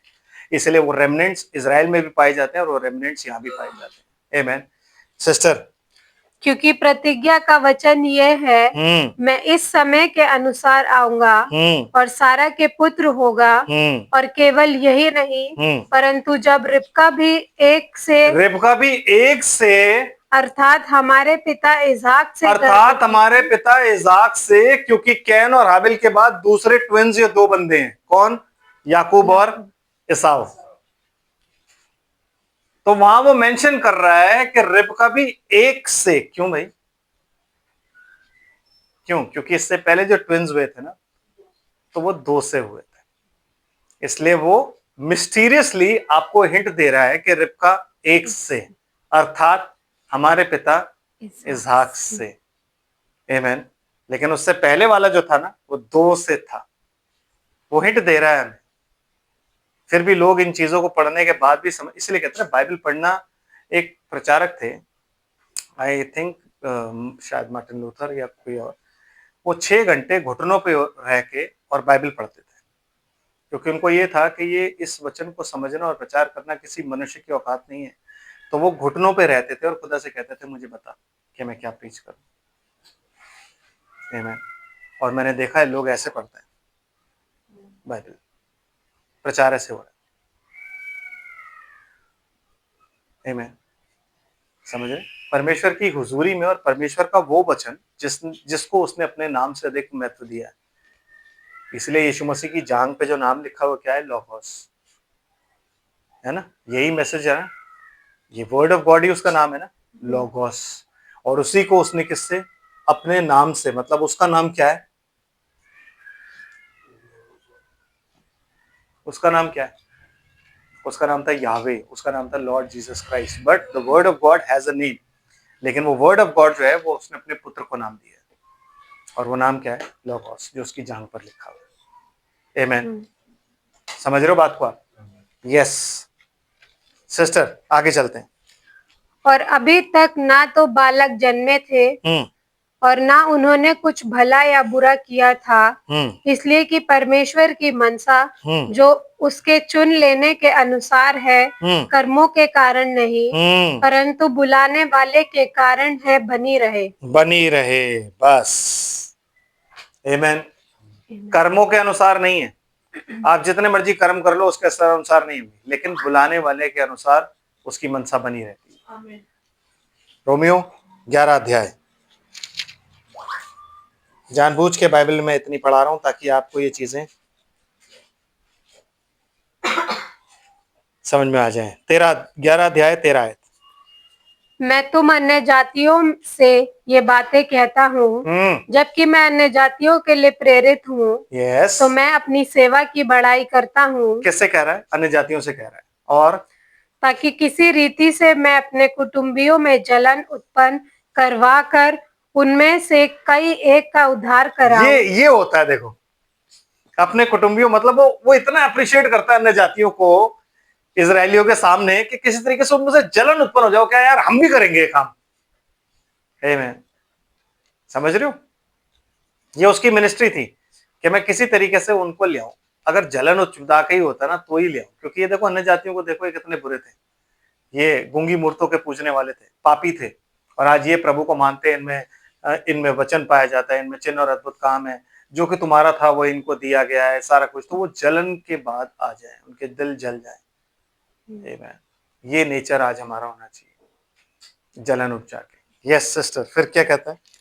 क्योंकि जब उनका त्याग दिया जाना जगत के मिलाप का कारण हुआ, तो क्या उनका ग्रहण किया जाना मरे हुओं में से जी उठने के बराबर ना होगा? क्योंकि ये प्रोफेसी है, ये सिर्फ एक बात नहीं है। जब इजरायलियों को त्यागा गया तब जेंटाइल्स की तरफ ग्रेस मुड़ गई, और जब इजरायलियों की तरफ ग्रेस मुड़ेगी तो यहां पे क्या होगा? रेजरेक्शन होगा। आमीन। समझ रहे हो? जब ग्रेस वापस इजरायलियों की तरफ यहां मुड़ेगी तो जस्ट बिफोर द रैप्चर, क्या रेजरेक्शन नहीं है? जो प्रभु में लोग मर गए, जो प्रभु में लोग सो गए, उनका रेजरेक्शन नहीं है? यस, वो प्रोफेसी कर रहा है, वो बात बात पे आपको हिंट दे रहा है, हम समझ नहीं रहे हैं, वो मैं सब कुछ बता रहा है। थेसलोनिकी की पत्री में जो तुरही के बारे में, जो आखिरी तुरही फूकी जाएगी, वो उसके बारे में बता रहा है। आमीन। Yes sister, please. जब भेंट का पहला पेड़ा पवित्र ठहरा, तो पूरा गूंथा हुआ आटा भी पवित्र है। आमीन। और जब जड़ पवित्र ठहरी, तो डालियां भी ऐसी ही हैं। यस, जड़ कौन है? मसीह। डालियां कौन है? इजराइल। आगे चलते हैं, अभी पता लगेगा। पर यदि कुछ डालियां तोड़ दी गई हाँ, और तू जंगली जैतून होकर उनमें साटा गया, हम उस डाली का कभी हिस्सा नहीं थे ब्रदर एंड सिस्टर, हम कभी भी नहीं थे। हम आज अपने आप को बड़े तोप बनते हैं, हम आज अपने आप को बहुत बड़ी बड़ी, हम उसका हिस्सा कभी भी नहीं थे। हम वो डिजर्व नहीं करते चीजें। आमीन, समझ रहे? वो लोग, उनको तोड़ा गया। इसीलिए जब यूहन्ना बपतिस्मा देने वाला आया तो उसने क्या बोला? कुलाड़ा पेड़ों की जड़ पर रखा हुआ है, फल लाना बहुत जरूरी है। पढ़िए आगे क्या लिखा है। और जैतून की जड़ की चिकनाई का भागी हुए हैं। यस, तो डालियों पर घमंड ना करना। तो डालियों पर घमंड नहीं करना, अपने आप पर कोई घमंड नहीं करना कि भाई मैं ऐसे फूल ला रहा हूं, मैं ऐसे फल ला रहा हूं, मैं ये तेल दे रहा हूं, मैं वो तेल दे रहा हूं। अपनी अनॉइंटिंग, अपनी मिनिस्ट्री, अपना पद, कोई घमंड मत करना। क्योंकि यही प्राइड की वजह से मैं शैतान को बिजली की स्वर्ग से गिरता हुआ देख रहा था। जब इंसान अपने ऊपर ही घमंड करने लगता है ना कि मेरी ये मिनिस्ट्री, मेरी ये अनॉइंटिंग, मेरा ये पद, मैं अपोस्टल, मैं पिलर ऑफ फायर, मैं ऐसा, मैं वैसा, तब समझ लो गया काम से। विलियम बरनम पर पिलर ऑफ फायर सिर्फ इसलिए आया था क्योंकि खुदा विंडिकेट करना चाहता था कि yes, what he is preaching is absolutely correct. हाँ, वो the said the Lord preach कर रहा है। वो ये बताने आया था, वो भी कब? जब लोग उसे बहरूपिया बताने आए थे। लेकिन आज हमारा क्या आइडेंटिटी कार्ड हो गया है? जिसके ऊपर पिलर ऑफ फायर आ जाता है वो खुदा का है, बाकी सब में से कोई खुदा नहीं है। नहीं, बात फोटो खींचने की नहीं होती, बात फोटो खींचने की नहीं है। बात ये होती है कि विलियम ब्रनन ने तो एफबीआई में भेजा है ना। आपने कहा भेजा? आपने कहीं भेजा? क्योंकि आप खुद ही एफबीआई हो। आपने खुद ही विंडिकेट किया, खुद ही लगा दिया और खुद ही कह दिया कि हम ही सब कुछ हैं। और जो बैठे हुए हैं वो आपसे महामूर्ख हैं, जिन्होंने मैसेज पढ़ा है, सुना है कि हाँ भाई उन्होंने एफबीआई में भेजा, और जॉन जे लेसी ने पूरा अपना लिख के दिया कि भैया ये पहली और आखिरी बार है जो सुपरनैचुरल फोटो खींची गई है, इसके बाद कभी नहीं होगी। विलियम ब्रनम, तुम मर जाओगे लेकिन ये फोटो हमेशा जिंदा रहेगी, है कि नहीं? लेकिन क्या हुआ? वो खत्म। आपका जो आया आपने कहीं नहीं भेजा, आप बस दुनिया भर में दिखाते फिर रहे हो कि ये। नो ब्रदर, अपने पे घमंड कभी मत करो। वो काटे गए इसलिए हम साटे गए, अगर वो नहीं काटे जाके तो हमारा तो फिर वही था। आगे में चलो। आमीन। Yes sister. तो डालियों पर घमंड ना करना। हाँ जी। और यदि तू घमंड करे तो जान रख कि तू जड़ को नहीं, परंतु जड़ तुझे संभालती है। तो आप कभी भी ये नहीं कह सकते कि मैं प्रभु की सेवा जो है ना, प्रभु मैं तेरी सेवा करना चाहता हूं। No, you can not. एक था बंदा भागा भागा आया और कहता प्रभु मैं तेरे पीछे हो लेना चाहता हूं। तो प्रभु कहता लोमड़ियों के भट्ट और आकाश के पक्षियों के बसेरे होते हैं, मनुष्य के पुत्र के लिए सर धरने की भी जगह नहीं। लेकिन एक आदमी होता है जैसे प्रभु कहता है मेरे पीछे हो ले, कहता प्रभु मैं अपने बाप को गाड़ा हूं, कहता मुर्दों को मुर्दे गाड़ने थे, तू मेरे पीछे हो। So it is not you who give your life to God. आप ये नहीं कह सकते मैं अपना जीवन प्रभु को देता हूं, प्रभु खुद लेता है, क्योंकि जीवन उसका है भाई। He is the life giver. तो अगर वो गिवर है तो वो टेकर भी है। आमीन। वही ले सकता है, तो वही बुलाता है। इसलिए क्या कहता है यीशु मसीह? जितनों को पिता ने मुझे दिया उनमें से मैंने एक को भी ना खोया। और हम जबरदस्ती उठा अपना, प्रभु इसको भी तू अपने हाथ में ले, इसको भी तू अपने हाथ में ले। कैसे ले ले? क्योंकि पिता ने नहीं दिया, तू मुझे क्यों दे रहा है? समझ रहे हो आप? ये चीज जब मुझे समझ आई ना तो मैं ठहर गया। मैंने कहा यार स्ट्रगल, बहुत स्ट्रगल होता है जिंदगी में कि इसे भी अब जितनों को पिता ने मुझे दिया वो खुद ही आ जाएंगे। मेरा काम है प्रचार करना। जितनों को पिता ने दिया वो खुद ही आ जाएंगे। क्यों? क्योंकि उनको पिता ने यीशु मसीह के हाथ में दिया है। और जितनों को यीशु मसीह के हाथ में दिया है वो ये नहीं कहता कि वो प्रॉस्पर होंगे, वो ये नहीं कहता कि, कहता मैं अंतिम दिन उन्हें जला उठाऊंगा। आमीन। इटर्निटी के लिए अंतिम दिन उन्हें क्या करूंगा? जला उठाऊंगा। जितनों को पिता ने मुझे दिया है। अब आप ये नहीं कह सकते वो ब्राइड है। No no, bride, remnant, foolish virgins, और यहां पे जो रेमनेंट है वो अंतिम दिन उन्हें क्या करूंगा? जिला उठाऊंगा। आमीन। लास्ट डे उन्हें जिला उठाऊंगा। समझ रहे बात को? यस सिस्टर जी, थोड़ा सा आगे। फिर तू कहेगा डालियां इसलिए तोड़ी गई कि मैं साटा जाऊं।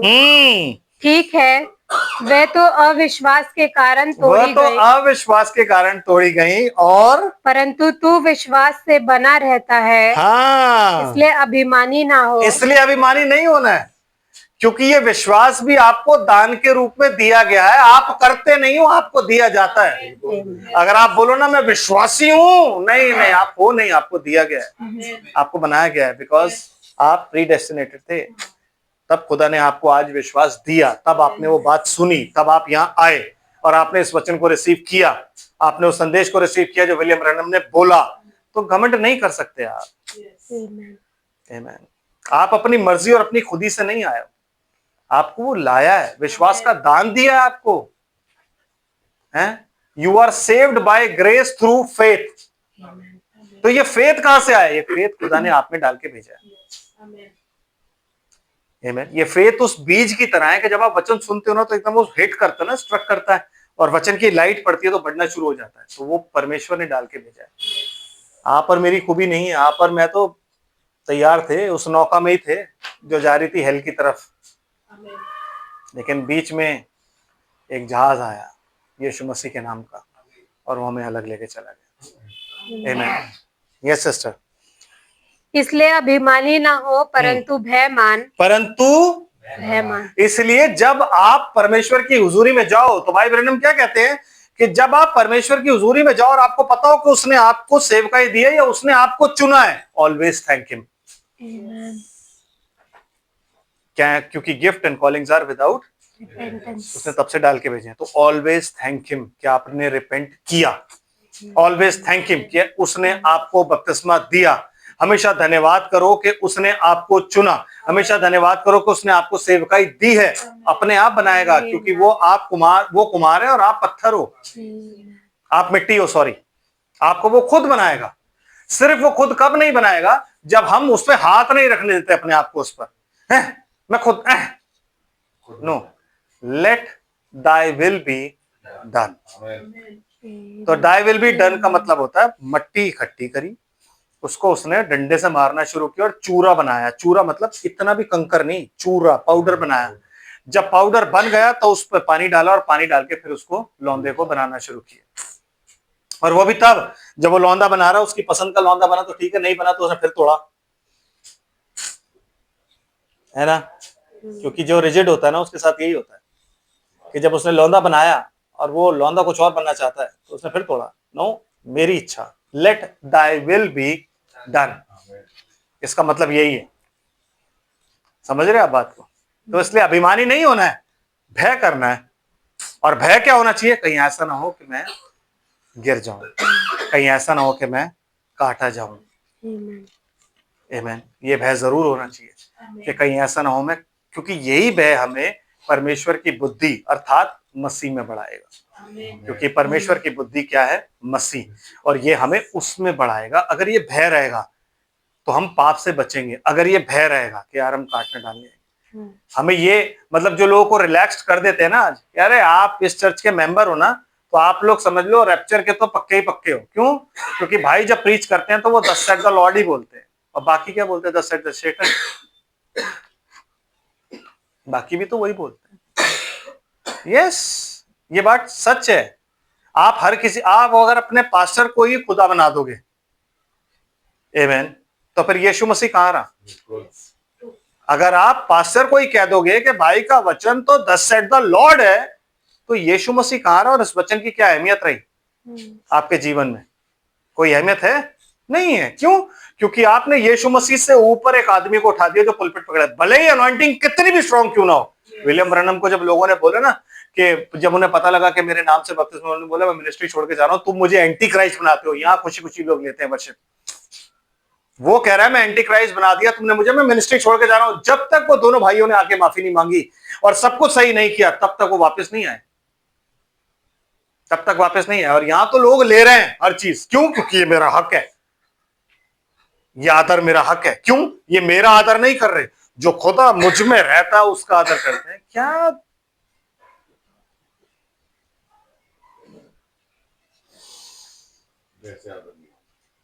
चेलों को ऐसा आदर क्यों नहीं मिला, मैं कभी कभी सोचता हूँ।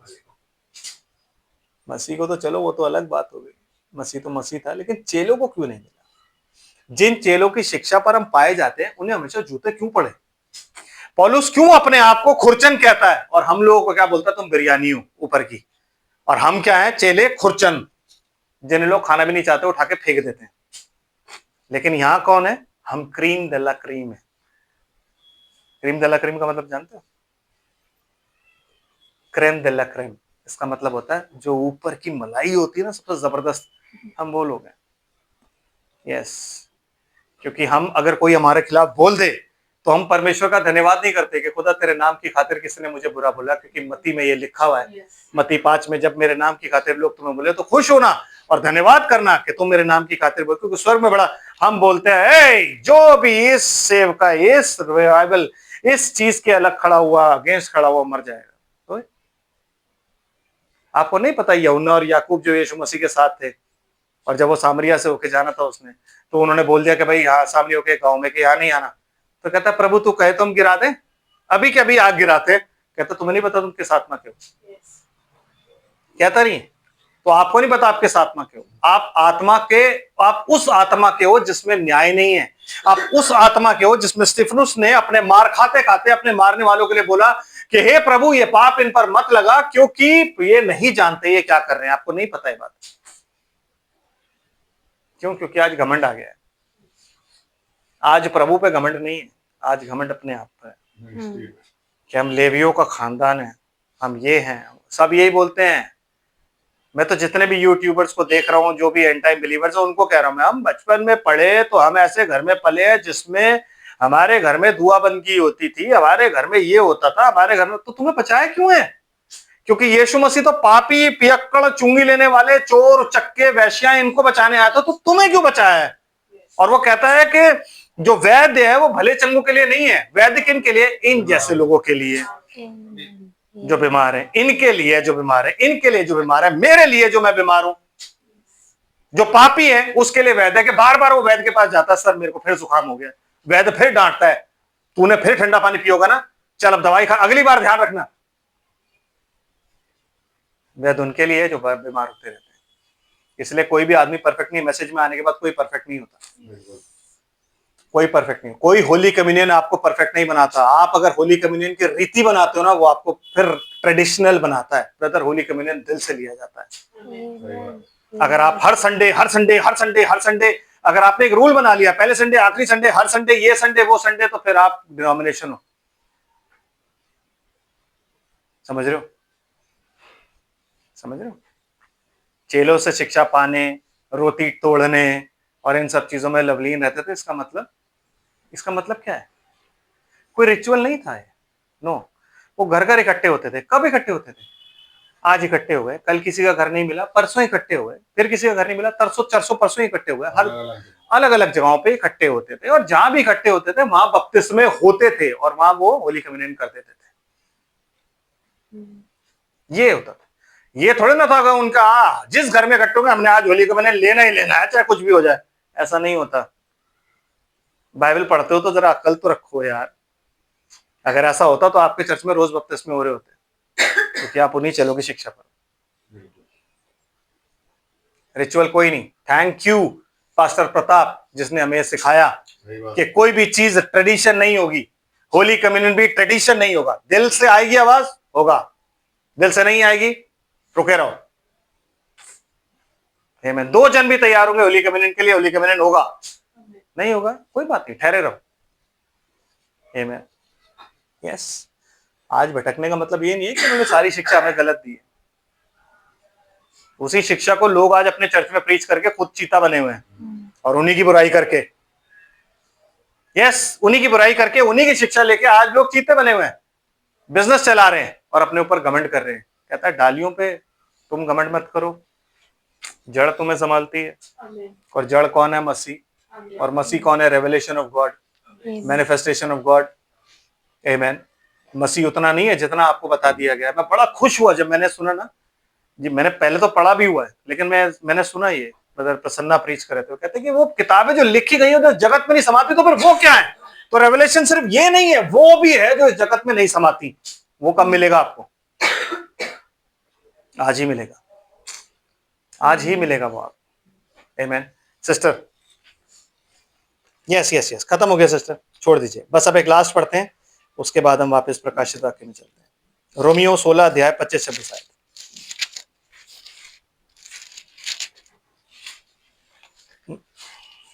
अब जो तुमको मेरे सुसमाचार अर्थात यीशु मसीह के संदेश के प्रचार के अनुसार स्थिर कर सकता है, उस भेद के प्रकाश के अनुसार हाँ, जो सनातन से छिपा रहा, परंतु अब प्रकट होकर सनातन परमेश्वर की आज्ञा से भविष्यद्वक्ताओं की पुस्तक के द्वारा सब जातियों को बताया गया है। किनको बताया गया है? सब जातियों मतलब जेंटाइल्स को बताया गया है। ये भेद था और कोई मिस्ट्रीज नहीं रिवील हुई है, बट ये जो गुप्त मनोरथ है जो उसने अपने दास भविष्यद्वक्ताओं को दिया, उस सुसमाचार के अनुसार वो जो है वो पूरा हो जाएगा। तो जब वो पैर रखेगा और 7 गर्जन होंगी ना, तो ब्रदर वो पूरा हो जाएगा। क्यों? क्योंकि उस वक्त में क्या करेगा, जेंटाइल में जो उसका गुप्त मनोरथ था, जो प्रीच किया गया, वो दास भविष्यद्वक्ताओं के द्वारा वो पूरा हो जाएगा। मतलब वो क्लेम कर लेगा अपनी ब्राइड को जिसको उसने निकालना है। और जब वो दूसरा पांव रखेगा इजराइल पर, तो फिर उसका नेशन है, वो उसे भी क्लेम कर लेगा। यही क्लेमिंग शुरू होगी, यही पैर रखा जाएगा। पहला पैर यहां रखा जाएगा, यहां से दुल्हन उठाई जाएगी। दूसरा पैर यहां रखा जाएगा, ये 1,44,000 सील्ड किए जाएंगे। और कोई समय नहीं है, कोई इधर उधर कहीं समय नहीं है ये। आमेन। यस सिस्टर, हो गया पूरा? बस एक लाइन है। हाँ जी, पढ़ दीजिए। कि वह विश्वास से आज्ञा मानने वाले हो जाएं, उसी एकमात्र बुद्धिमान परमेश्वर की यीशु मसीह के द्वारा युगानुयुग महिमा होती रहे। आमीन आमीन। समझ रहे हैं आप? ये तो मिस्ट्री है जो उसने दास भविष्यद्वक्ताओं को दी। ये मिस्ट्री जो है पूरी होगी, लेकिन कब होगी? प्रकाशित वाक्य 10:7, 7वें दूत के शब्द देने के दिनों में, जब वो तुरी फूकने पर होगा, तब ये मनोरथ पूरा होगा। By his message. खुदा ने कभी नहीं बोला विलियम ब्रनम को कि तू फोररन करेगा, वो बोलता है तेरा मैसेज फोररन करेगा। आमीन। तेरा मैसेज जो है वो फोररनर होगा, क्योंकि विलियम ब्रनम तो बीच में मर गए हैं, मैसेज आज तक है। मैसेज फोररन कर रहा है, वो मैसेज ही फोररन कर रहा है। और वो मैसेज जिसको सुनाया जाता है, सर्पेंट सीड उस मैसेज में था, आज हमें नहीं मिला। यीशु मसीह का बपतिस्मा उस मैसेज में था, आज हमें नहीं मिला। इब्राहिम और सारा जो थे जवान हुए थे, उस मैसेज में था, हमें आज नहीं मिला। और जो भी उसने बाइबल में से चीजें खुदा ने उसको दी खोलने के लिए, वो उसने खोली, वो हमें उस मैसेज के द्वारा मिली, और वही चीजें हम आज प्रीच करते हैं। आमीन। मैसेज चल रहा है, मैसेज मरा नहीं है। नो, ऐसा नहीं है कि 5-fold मिनिस्ट्री अगर आ गई है तो मैसेज मर गया है। No please, 5-fold ministry based ही उस मैसेज पे है। मैंने इसलिए हमेशा बोला है कि बेस मैसेज का विलियम ब्रनम के मैसेज होते हैं। आमीन। बेस, लेकिन उसके ऊपर रेवलेशन बहुत है। जैसे बाइबल में रेवलेशन है ना, वैसे उसके ऊपर भी बहुत रेवलेशन है। अब यहां हमने वो बातें सीखी जो काम उसने किए थे, वो किताबें समा भी नहीं सकती थी। तो विलियम ब्रनम जब आए तो उन्होंने बहुत सी चीजें हमें करके दिखाई और बहुत कुछ हमें पता लगा। आमीन। सन ऑफ मैन की मिनिस्ट्री, समझ रहे हो कि नहीं? कोई और आदमी ये काम नहीं कर सकता। यीशु मसीह का रेवलेशन कोई और नहीं दे सकता, सिर्फ यीशु मसीह दे सकता है, उसके अलावा कोई और नहीं दे सकता। तो जैसे इसके आने से पहले ये एरिया में वाचा बांधी गई, सब कुछ किया गया, वैसे ही यीशु मसीह के यहाँ पे आने से पहले मैसेज आया और वाचा बंदी स्पिरिचुअली। आमीन। उसने अपना संदेश भेजा, अपना मैसेज भेजा, एक फॉरेनर भेजा जो उसके क्या था, जो उस ब्याह के भोज का प्रधान था, गवर्नर था, जिसने वहां पे खाने पीने का सारा इंतजाम किया। और जब सारा इंतजाम हो गया, सब खा पी लिया, खाने पीने के बाद जब न्यूप्टियल, क्या बोलते हो, न्यूप्टियल चैम्बर, कुप्पा जिसे आप बोलते हो, उसमें जब दूल्हा दुल्हन जाने लगे, तो अब दूल्हे के जो दोस्त था, जो दूल्हे का वो भोज का प्रधान था, उसको कोई काम नहीं था, क्योंकि अब सिर्फ दूल्हा और दुल्हन थे। वो चला गया क्योंकि उसका कोई काम नहीं है। Now the message will be there. और उसके आगे कौन गाइड करेगा? Five fold ministry which is head ministry. हम यीशु मसीह के चेहरे की तरफ देखेंगे और उस चेहरे से हम लाइट पाएंगे। आमीन। यस सिस्टर, आगे क्या लिखा है? जिस शब्द को मैंने स्वर्ग से बोलते सुना था, जिस शब्द को मैंने, मतलब इसको भी कोई मैसेज मिल रहा है। John is receiving the message. आमीन। समझ रहे हो? जैसे ऊपर से वो स्वर्गदूत नीचे आ रहा है और तमाम बातें कह रहा है और यूहन्ना को वो शब्द सुनाई दे रहे हैं, वैसे ही आपको और मुझे भी आज सुनाई दे रहे हैं। आमीन। समझ रहे हो बात को?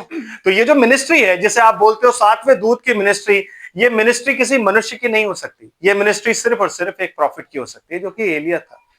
क्योंकि हम जहां से गिर गए थे, हमें वापस रिस्टोर करना था, और रिस्टोर करने के लिए एलिया नबी ठहराया गया, जो पुत्रों के मन। क्यों? क्योंकि हम उन्हीं डालियों में साटे गए हैं, उसी दाखलता में हम साटे गए हैं। कौन सी? जिसमें से इजराइल तोड़े गए हैं। सेम वाचा, सेम प्रतिज्ञा, सेम प्रॉफिट्स। इसीलिए बिना ओल्ड टेस्टमेंट के आप न्यू टेस्टमेंट नहीं प्रीच कर सकते, ना पढ़ के ना समझ सकते हो। आज ओल्ड टेस्टमेंट भी हमारे लिए है कि नहीं है? वरना आपके और हमारे स्कूलों में हमें 10 कमांडमेंट्स नहीं पढ़ाए जाते। क्यों पढ़ाए जाते हैं? क्योंकि हम सेम उन चीजों के भागी हैं जो उनके थे। इसलिए पौलुस कहता है पुराने नियम तुम्हारे लिए दृष्टांत की रीति पर लिखा गया है, ताकि तुम समझो कि कहीं तुम आज भटक ना जाओ। आमीन। क्यों हमें ओल्ड टेस्टमेंट दिया गया? ताकि हम जाने कि जो कुछ दाऊद ने गलती करी हम ना करें, जो कुछ सुलेमान ने गलती करी हम ना करें, जो कोई अब्राहम ने गलती करी हम ना करें, जो शिमशोन ने करी हम ना, बाकी जो राजाओं ने गलतियां करी वो हम ना करें, जो इजराइल ने गलती करी वो हम ना करें। ये सब हमारे लिए दृष्टांत की रीति पर है, और उसके कॉन्सिक्वेंसेस भी हमें बताए गए हैं कि क्या क्या है। आमीन। समझ रहे बात को? यस। वो कौन हमें बताता? एलिया, क्योंकि वो प्रॉफिट की मिनिस्ट्री थी और वो सुधार की मिनिस्ट्री थी। और बाइबल में ही लिखा है कि वो स्वर्ग पर तब तक रहेगा जब तक सारी चीजों का सुधार ना कर ले। जब सारी चीजें सुधर जाएंगी, सारा गुप्त मनोरथ पूरा हो जाएगा, उसके बाद वो नीचे आएगा और आके अपनी दुल्हन को ले जाएगा। धरती पर पांव नहीं रखेगा, आसमान पे होगा, और तब हम उड़ेंगे। Sister please. जिस शब्द को मैंने स्वर्ग से बोलते सुना था, वह फिर मेरे साथ बातें करने लगा। जा, जो स्वर्गदूत समुद्र और पृथ्वी पर खड़ा है, उसके हाथ में की खुली हुई पुस्तक ले ले। क्यों वो कह रहा है कि भाई जा, अब तू जा, वो जो स्वर्गदूत खड़ा हुआ है ना, उसके हाथ में जो एक खुली हुई पुस्तक है उसको तू ले ले। क्यों? क्योंकि prophet is no more there. सातवां दूत नहीं है। आमीन। अब सातवां दूत नहीं है। अब आपको क्या करना है? ये पुस्तक उसके हाथ से लेके खुद खानी है। Now it is between you and God. दुल्हन का अपने पति के साथ अब इंटरैक्शन है। समझ आ रहा? तो इसलिए पुस्तक उसके हाथ से ले और क्या कर? खा जा। क्यों? क्योंकि अब तेरे को सुनाने के लिए प्रॉफिट नहीं है। यहाँ पे प्रॉफिट जा चुका है, विलियम ब्रैनम जा चुका है, मैसेंजर जा चुका है। Now it is between you and God. फिर क्या हुआ जी? मैंने स्वर्गदूत के पास जाकर ये छोटी पुस्तक मुझे दे। मैंने स्वर्गदूत के पास जाकर कहा, ये छोटी पुस्तक मुझे दे। उसने मुझसे कहा, ले इसे खा ले। मतलब इसका है कि आपको इस पुस्तक के लिए मांगना है कि मुझे दे, है ना ब्रदर? घर बैठे बैठे खुद तो नहीं आएगी कि खुद आपने एक दिन देखा था, एक तो पुस्तक आ गई, अरे खा लिया मैंने। नो, आपको मांगना है कि मुझे दे। चीजों को समझिए। जब हम कहते हैं ना कि दुल्हन अपने आप नहीं, दुल्हन को तैयार अपने आप को करना पड़ेगा। कैसे? ये पुस्तक मुझे दे और मैं इसे खाऊं। इज़ेकेल के पास भी एक हाथ आया और उसको बोला गया कि उसमें खुली पुस्तक थी, उसे बोला ले और इसे खा ले। इज़ेकेल के साथ सेम यही है, यहेजकेल नबी की पुस्तक में लिखा हुआ है, सेम यही चीज हुई थी। आमीन। तो वो आपको मांगनी है कि ला मुझे दे। क्यों? क्योंकि खुदा ने मुझे बोला है कि अब यही पुस्तक जो है मेरा जीवन है, तो ये पुस्तक मुझे दे। ये खुली हुई पुस्तक जो खोल दिया गया मिस्ट्री, जो 7 सील, सर्पेंट सीड, ये सब चीजें जो हमें बता दी गई, वो हमारा बेस है। उस बेसिस पे आपको ये पूरी बाइबल खानी है और खाने के बाद जीनी है। सिस्टर ये तेरा पेट कड़वा तो करेगी, पर तेरे मुंह में मधु की सी मीठी लगेगी। मतलब कहने का ये है कि जब ये अंदर जाएगी ना तो ये आपको लाइफ देगी। मुंह में मधु सी मीठी का मतलब रेवलेशन मिलेगा, लेकिन जब वो चीजें अंदर जाएंगी ना तो अंदर जाने के बाद जो भी आपके टॉक्सिन्स या पेट को साफ करने के लिए जो गड़बड़ी होती है ना, कई बार पेट को साफ करने के लिए हम ऐसी चीजें खाते हैं कि जिससे लूज मोशन लग जाए, तो जब वो अंदर जाएगी ना तो पेट को कड़वी लगेगी। क्यों? क्योंकि सफाई यीशु मसीह अंदर से करता है, बाहर से नहीं। वो कहता है लोटे को तुम बार बार से मांजते हो, अगर अंदर से मांज दोगे अपने आप बाहर से भी साफ हो जाएगा। तो ये वो पुस्तक है जो पुस्तक आपको अंदर से, और ये खुल चुकी है। प्लीज माइंड यू, ये पुस्तक खुल चुकी है। आप इसको मांगो खुदा से कि मुझे खाने के लिए दे। आप ये मत बोलो कि हम तो चर्च जाएंगे तभी हमें मिलेगा। नो, हर एक इंडिविजुअल, ये यूहन्ना जो है ये पूरी ब्राइड को रिप्रेजेंट करता है इंडिविजुअली। मांगो वो आपको देगा, इसलिए कहता है मांगो तो दिया जाएगा। आप मांगो आपको मिलेगी चीजें। आमीन। Yes sister. अतः मैंने वो छोटी पुस्तक उस स्वर्गदूत के हाथ से लेकर खा ली। क्यों खा ली? क्योंकि ये वही पुस्तक है जिसे यीशु मसीह कहता है स्वर्ग से जो रोटी उतरी वो मैं हूं, और पिता ने इस पर क्या कर रखा है? मोहर। वो मोहर यहाँ पे खुल गई है। तो अब वो रोटी आप उससे मांग रहे हो। आमीन।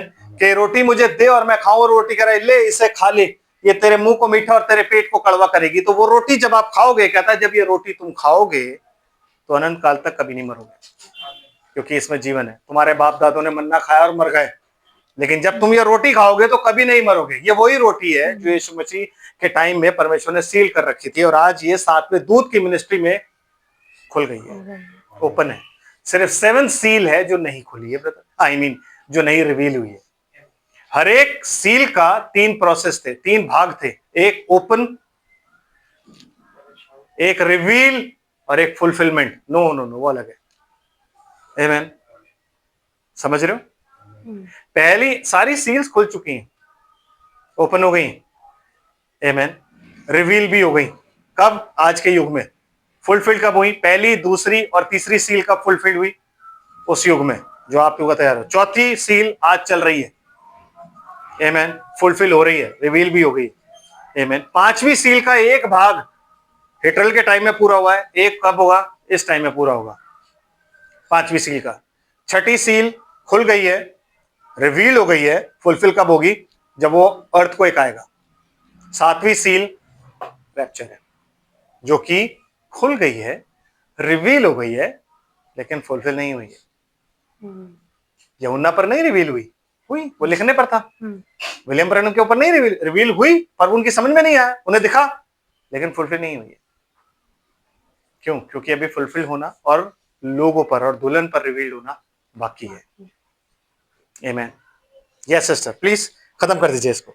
वे मेरे मुंह में मधु की सी मीठी तो लगी, पर जब मैं उसे खा गया तो मेरा पेट कड़वा हो गया। उसने मेरी सफाई करनी शुरू कर दी, मैं शुद्ध होना शुरू हो गया, और मेरी सारी मलिनताएं, कुचिंता, कुविचार और सारी ग्रजेस, सारे गुस्सा, सारा क्रोध, सारी हर चीज जो थी वो मेरे अंदर से खत्म होने लग गई इस पुस्तक के द्वारा।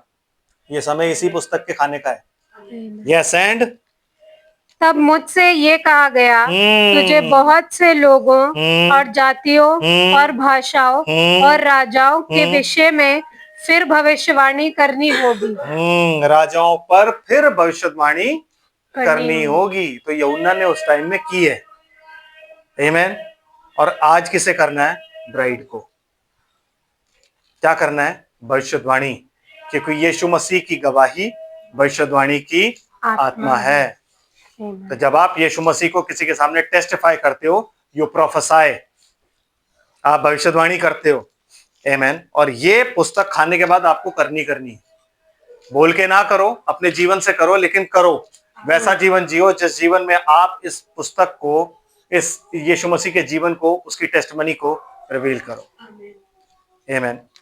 और ये तब तक नहीं हो सकता था जब तक वो सन ऑफ मैन की मिनिस्ट्री इस पृथ्वी पर आकर विलियम ब्रैनम के द्वारा ये सब ना करे जो आज आपके और मेरे पास वचन पाया जाता है। वो सन ऑफ मैन की ही मिनिस्ट्री थी, क्योंकि इसके अनुसार 7वें दूत के शब्द देने के दिनों में, आमीन, जब वो तुरही फूकने पर होगा, यही वो दिन थे जिसे यीशु मसीह कहता है तुम मनुष्य के पुत्र के दिनों में से एक दिन को देखना चाहोगे।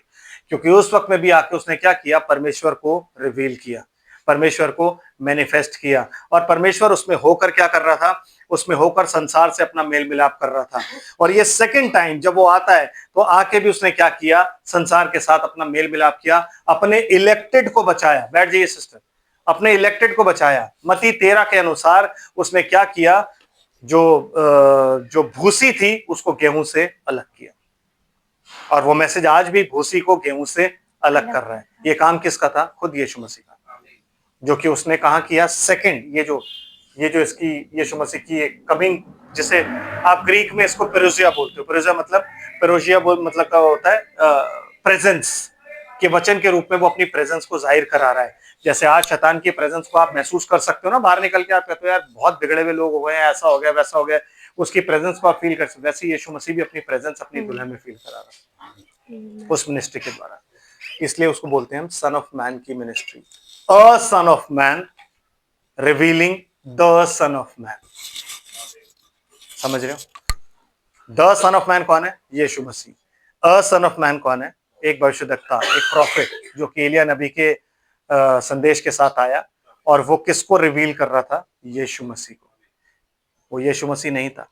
उसने कभी अपने आप को एलोहिम नहीं बोला, कभी नहीं बोला उसने हमेशा यही बोला कि अगर यीशु मसीह तुम्हारे सामने यहाँ खड़ा होता सूट वूट पहन के, तो तुम अपना विश्वास, क्योंकि एंजल ने उसको क्या बोला था कि अगर तू लोगों में अपना विश्वास बढ़ा दे, मतलब लोग अगर तेरी मिनिस्ट्री पर विश्वास करने लग जाएं और तू सिंसियरली काम करने लग जाए, सिंसियर रहे वचन के साथ, तो कैंसर भी तेरे सामने नहीं ठहरेगा।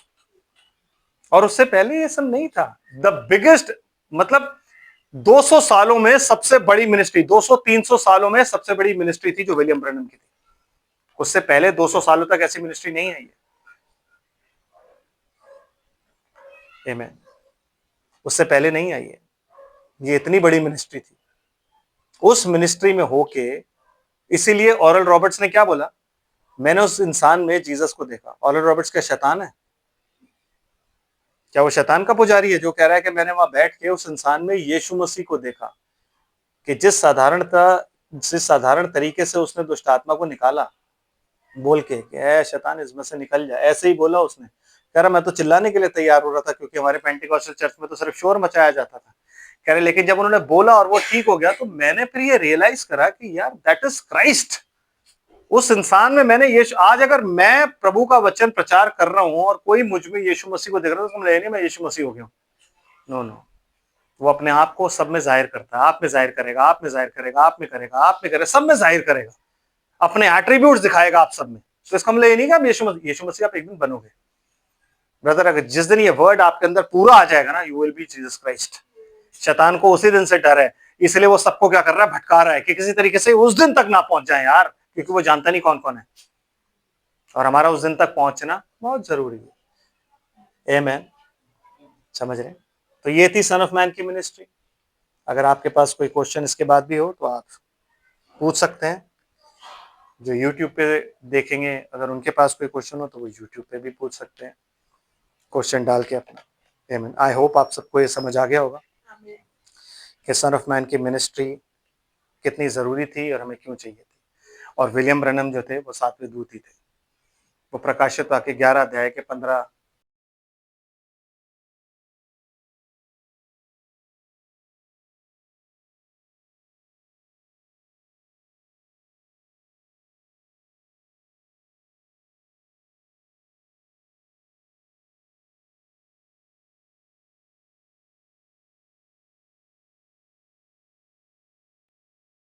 अनुग्रह में आगे बढ़ सके, प्रभु की रही तेरी महिमा, तेरी बड़ाई हो, तेरी स्तुति प्रशंसा और तारीफ की वाणियों तक होती रहे।